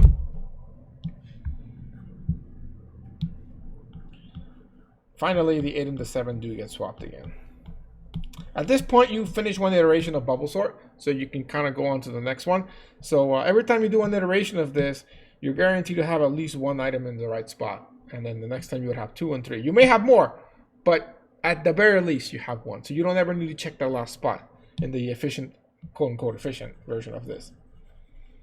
So now we can erase these so we don't get confused. probably zoom in a little bit here so you can see better. Yeah. Okay, so we started the same thing again. We look at these two. However, those are already good to go, so we do nothing. Oh shit. the whole list is sorted already. I just noticed that. That's not intentional, but yeah, we go through the whole thing and we see that it's sorted, and because it's sorted, we're done. Okay. That actually kind of worked out nicely, I guess. But let's just say that something was not sorted so we can see it happen again. So that was, I guess, a good case of bubble sort. So let's use something like that, okay? So then, okay, you know, we do these and we're okay. And then we do these and then these are not okay. So then we swap them.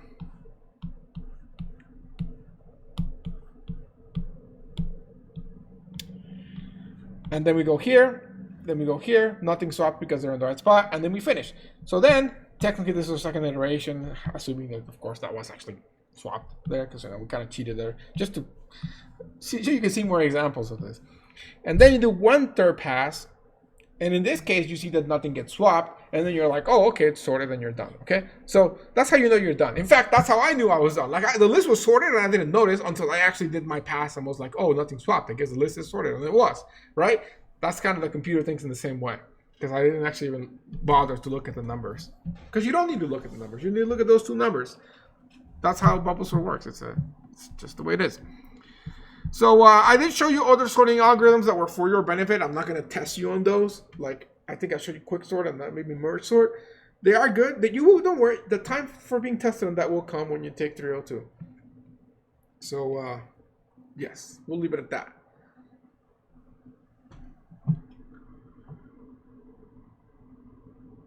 Did somebody give me like, I don't know what that means. Did they give me bits or something? And almost cheer. But anyways, so that pretty much covers everything that will be on the test.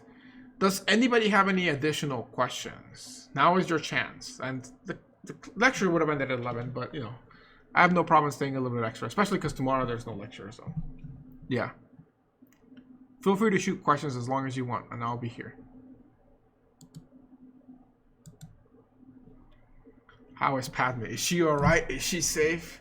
It seems in your anger, you've trolled her. She's okay. She's not here with me right now, which is why I'm so comfortable in the chair.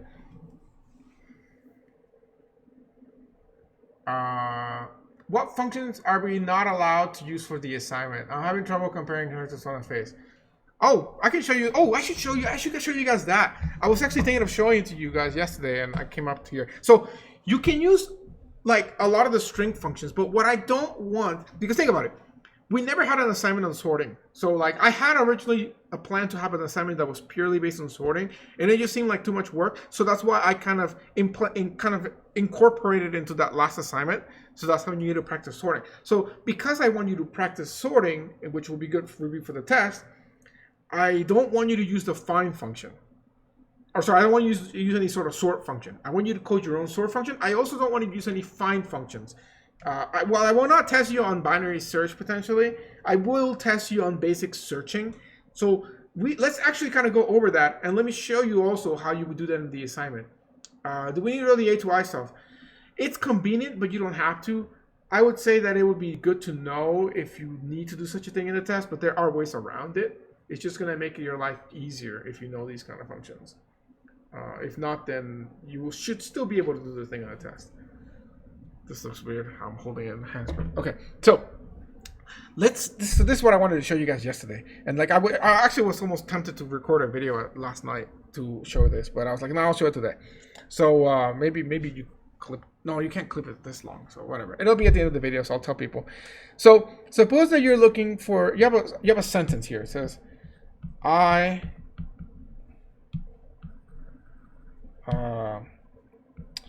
am watching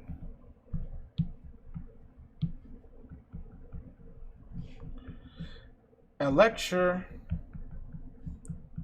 on Twitch TV.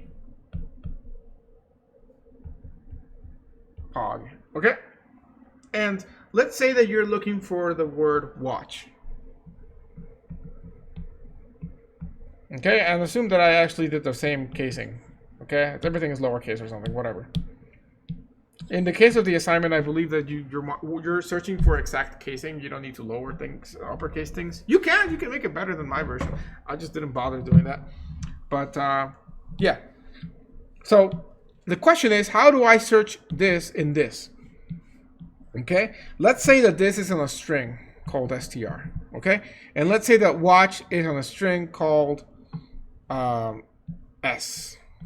Just so I don't have to write this too many times. Okay, they're both strings. However, I don't want you to think of them as strings. I want you to think of them as arrays. Okay, that's the real thing. You want to think of this as an array, because you can create a for loop here.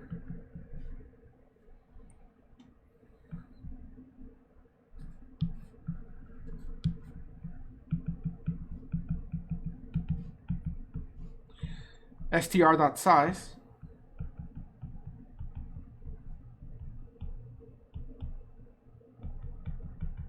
like that. Okay. Oh wow, so somebody did cheer bits. That's kind of cool. Did it play an emote when you did that? Because I think in theory it's supposed to play some emote. I wonder. But wow, that means they gave me like $1. That's kind of cool. I've never been cheered before on Twitch, so thank you, anonymous cheer. So yeah, did it play something? I'm curious because it's supposed to play like an emote or something when somebody cheers. Like I think I set that up at some point and I forgot. It was like a set and forget kind of thing. So I don't know. So the next thing is only. Yes, it does. It goes. Did it play music? I guess I'll watch my own stream later and see what happened. Kind of curious about that, but ooh. I peaked in life. I got cheered on Twitch. All right. So okay. So that loop is going to iterate through basically each of the characters in the string. So you're looking at this, but that's not enough to find it. You need to have a secondary loop. Do you hear my dog? She's angry for some reason. So what you want to do in here is, if you were just looking for a single character that matched, just like a mini GIF. Ah, okay, cool.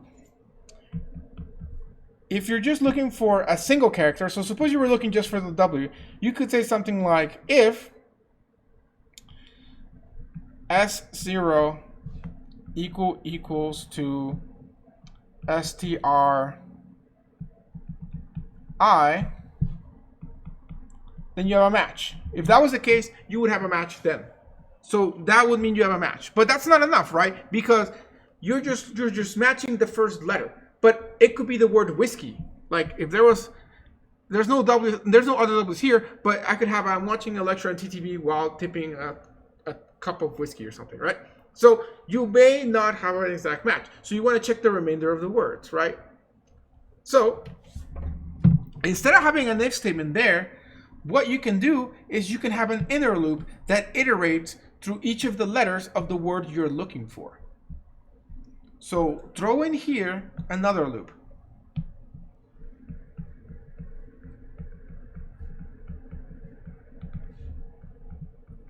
In this case, this loop is going to go the amount of times that you have letters in the word you're looking for, which is W. Okay? So now,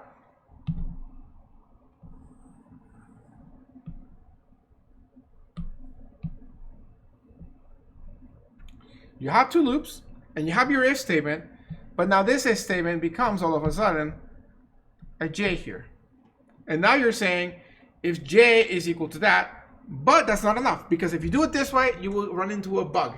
Okay? You're going to run into a bug here, because now we're comparing the first, the current letter that we're at, so the W here. So let's say we're looking at the W from watch, because we're looking at, what is that? That's going to be like spot 0, 1, 2, 3, 4, 5, right? Because we count the spaces too. So that's spot 5. So I is equal to 5 right now. And it goes in here, and yes, this S0 it's W, and this is W. But then this becomes A, but that's still W. So we can't do that. So we need to shift this inside of the loop by the time of J.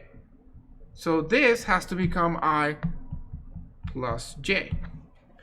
Now, the 5 here will get compared to index 0. So the comparison we're going to have is going to be index 0 here with index 5 there for str, not s. And then I guess this is W. But then the next time this loops, it's going to compare W1 with str 5 plus 1, which would indeed be the second letter, which is the A. So then it'll actually correctly compare the A with the A.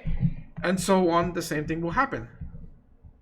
This will be 7, and then 8. And so this will be 3 with 8, and then 4 with 9. And so now you can check every single one of them until you get to the entire word. So the last thing you gotta do now is, once you check all of them, if you still haven't found the mismatch, you're good to go. And if you found a mismatch, you want to just stop doing this. So that's the last thing that we gotta add to complete the functionality of our search function here. So how do we do this search function here? Well, what we need to do is flip the logic around.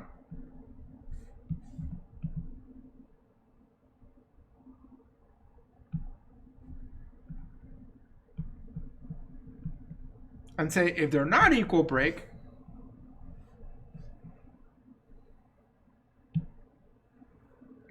How to do this one with this part. If they're not equal, you want to break. Otherwise, you want to keep going.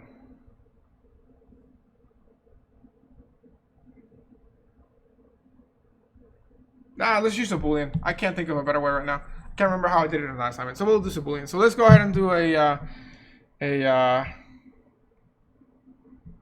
match. Bool match gets false. Okay? So if we find a match,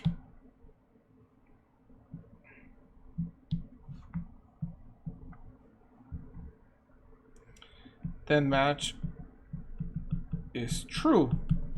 Okay, uppercase match. I got the casing wrong, but yeah, we got, you get it.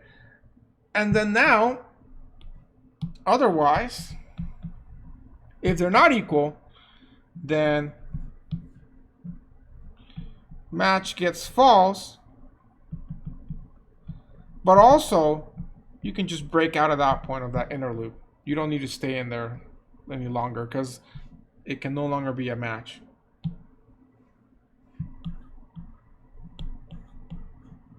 Okay, so that closes that. So let's zoom out a little bit like that. Okay. And so finally, if at the time you get out of this loop, if match is still true at this point, then we actually did really find a match. Like this will be the time where we actually like, okay, we actually did find a match. This is the time when you can celebrate by breaking. Actually, assuming that this is some kind of function, you could literally return the value here and be done.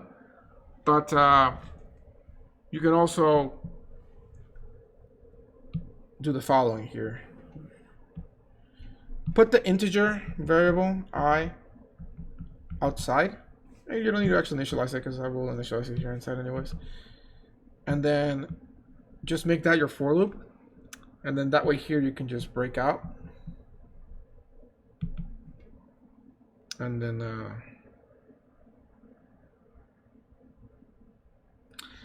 you don't need this, but I want to be safe about this. So I'm going to put a line that says match gets false here. That way, you can do a check outside the loop and say if match is equal to true, then you really know. Actually, you don't need that. Yeah, why am I putting this in here? You don't actually need that. You can just do if match. Same here actually, because that is checking the true. So this is a redundant piece of code right here. You can leave it in if it makes you feel better, but you don't need it. But anyways, you can say if match, then return I or cout I, whatever it is that you're trying to do with the match. Okay? Because I will contain the index of the where it starts the match. So yeah, that's pretty much what you do. Any questions on that? And physically, what that looks like is this.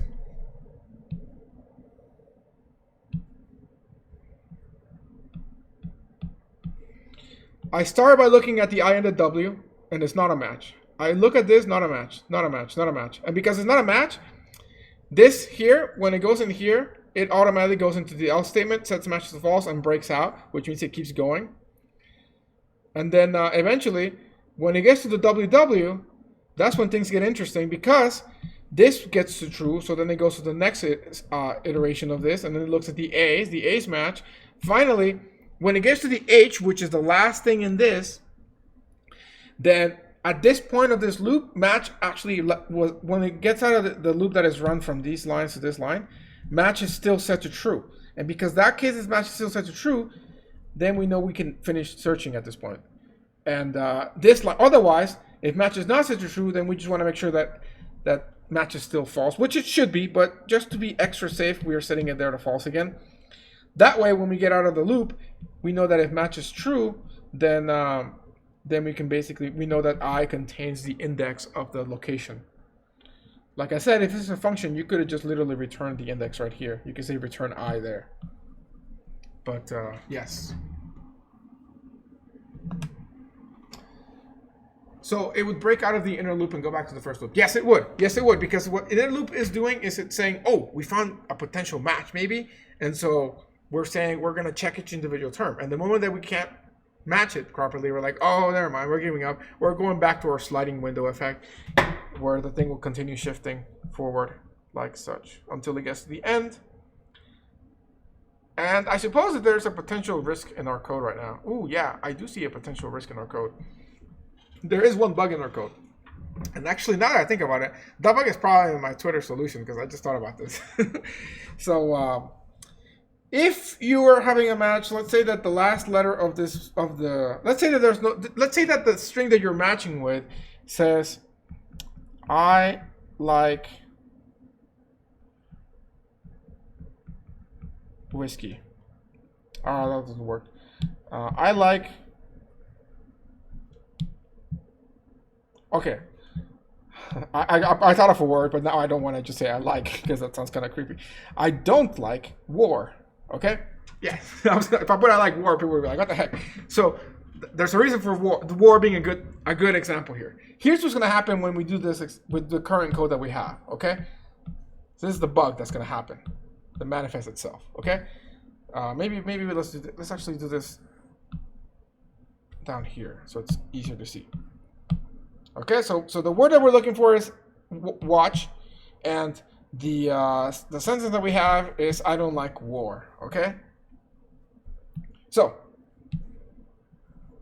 we start with that, no match. It slides all the way here until it gets to the W, and then there's a match. Okay, and then oh shoot, we're not gonna get okay.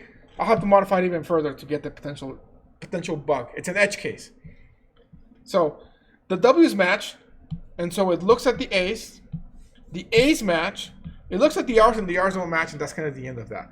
But let's say that the word we were looking for was actually war zone. Yeah, that works out. Okay? Here's the error that we're going to have. When the R's match, it's going to try to match the Z. But guess what? The Z is going to be trying to match with something here. And there's nothing there because that's out of bounds. So now we're checking out of bounds. We're doing undefined behavior, potential crash happening, right? And it's actually, at that point, of course, unless we are so unlucky that somewhere in memory somebody had the word zone written next to an array where it actually returned, which is possible. It's a possibility. It's a very, very rare possibility, but it's definitely a possibility. Then they will return a match. But that's not the biggest concern. The biggest concern is the fact that we're checking outside of the array, which can potentially cause a segmentation fault because the OS is like, what the heck are you doing? This is not your memory. So that is the bug that we have that I just noticed. It can be fixed though. How can we fix it? We can add an if statement in here. I'm going to make it really tiny so I can fit it. Before we, because here's the issue. The issue is right here. This might be out of bounds. That addition there might make us go out of bounds. So let's add an if statement saying if I plus j is greater than or equal to str size, At that point, we have reached the end of the array, which means that we shouldn't even check any further. So I would say at that point, just basically put the 2 lines there. Match equals false and break. But a break is good enough.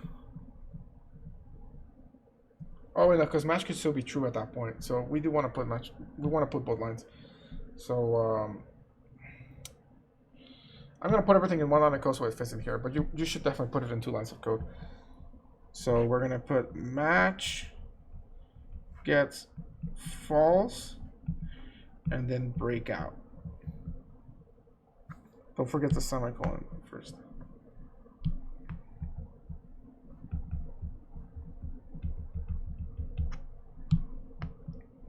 And there we go. There's our bug fix. So I might have to actually go back and fix my solution because I just thought about that. I don't think I checked that. That's the case. Fortunately, I got lucky. The thing doesn't crash because I never actually looked for something that was that. But hey, if you did the assignment already, try this special case out. Try writing your own tweet or look at a tweet and see the last word of the tweet. And then put a matching thing of the scenario where everything matches up to the last letter of the tweet, but then there's more things you check and see if you go out of bounds. And if you run into the same bug that I'm running into, then there is your solution. So we have a question. So if it was really long string and we wanted to save all the indexes with match, would writing the index to an array allow multiple instances to be saved? For instance, you can't write to a string like that. The only way that you can write to a string like that is that thing that we said was called aggregate initialization, when you can use the curly braces and that's only when you're initializing it. Yeah.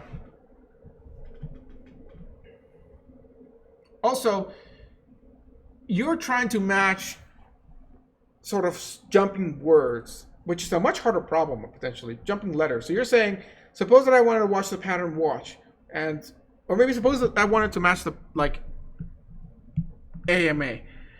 What you're saying is I should match this A with this A, or this M, and then this here, right? That's not really relevant to us, and not what we're trying to do. And it's also a little bit more of a complicated, not complicated, but just, it's not what we want to do, because that's not really a searching for something. Like, given a big enough tweet, we could potentially formulate a lot of words that don't even exist there. So I don't see the usage of that.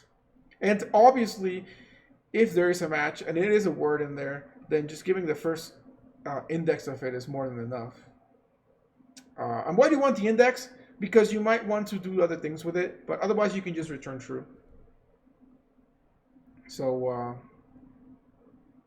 yeah. Anything else? Like I said, I can be here as long as you guys have questions. File streams I show in the midterm review, so I won't really touch that again. But you know, feel free to check it out if you feel like refreshing file streams. Like I said, the test will not be meant to ask you obscure things. It'll ask you things that you should be familiar of if you've been working on the assignments. And it'll be something along the lines of assignment 10. Mostly because if I put something like assignment 9, like Battle Royale style, like Storm style, I know a lot of people will basically get stuck on the math part of trying to do something with a 2D array versus like actually showing whether they know the material or not. Whereas with 10 is more of like a clean cut coding thing. So expect to see more of that kind of questions of 10 versus 9. And if I do have something like that, then I will make sure that I list all the pseudo code or things like that, or algorithms, so you don't get stuck thinking about how to draw a circle with a 2D array or something like that, you know.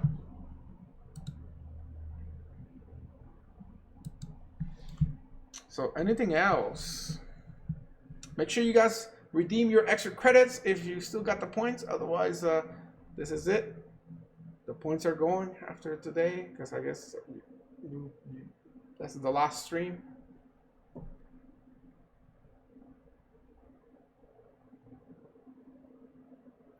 So can I cheer the bits to other people? I wonder if I can do that.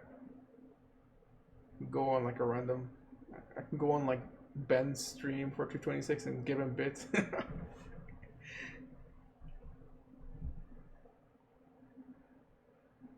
Well, then that's unfortunate. That means you're cutting it too tight. You're short by like an hour of lecture material, so it's okay. Life happens. Maybe you get the next 20 points in the next few minutes, or maybe you won't.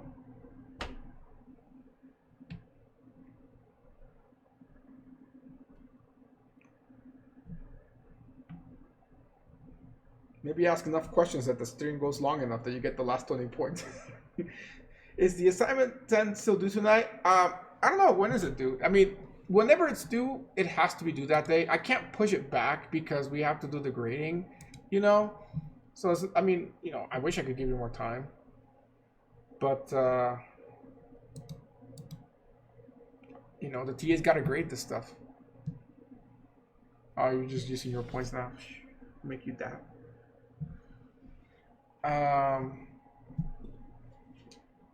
I was actually going to drink water, but sure. Let's see. Yeah, he's balling with the points, I guess. July 8th. That is today indeed. And it is due at 11:55, not 59, so don't get those mixed. I don't know why. I think I used to used to do 55 back in the day. So I guess that's why I put that as that. But yeah, so don't get those. I mean, yeah, sure, you just lose to 2%, but that'd be kind of sad if you lost it because you got mixed up. So 55, not 59. And see, there you go. You got the points. You should be happy. You got the 20 points now. Make sure you everybody who submitted extra credit, make sure you tell me who you are, because like some people I kind of know, but even if you've done it before, I forget the nicknames because some of the nicknames are super obscure.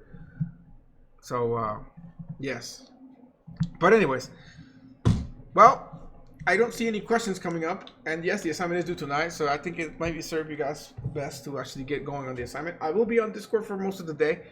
I don't expect to go anywhere today. I do have a meeting at 1:30, so I will be busy then. But other than that, I'll try to respond. I do think assignment 10 is the 9, so there's that much.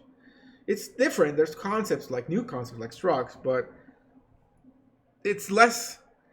Game logic is tricky, and so game logic actually requires some certain level of like critical thinking to kind of figure it out, you know. Versus structs and stuff is more like, okay, this is how I do this. I'm just doing this. There's not the most ingenuity that you need is probably the searching stuff that I just showed you. That's probably the tricky part of assignment 10. But 9 definitely is next level in terms of actually really testing your ability to convert ideas into code. You know, what you think versus what you want to do. You know, you want it to do this thing and you want it to go this way and it goes this way. You know, you got to really think about how to change things. But all right, well, guess what? It's it. This is the end.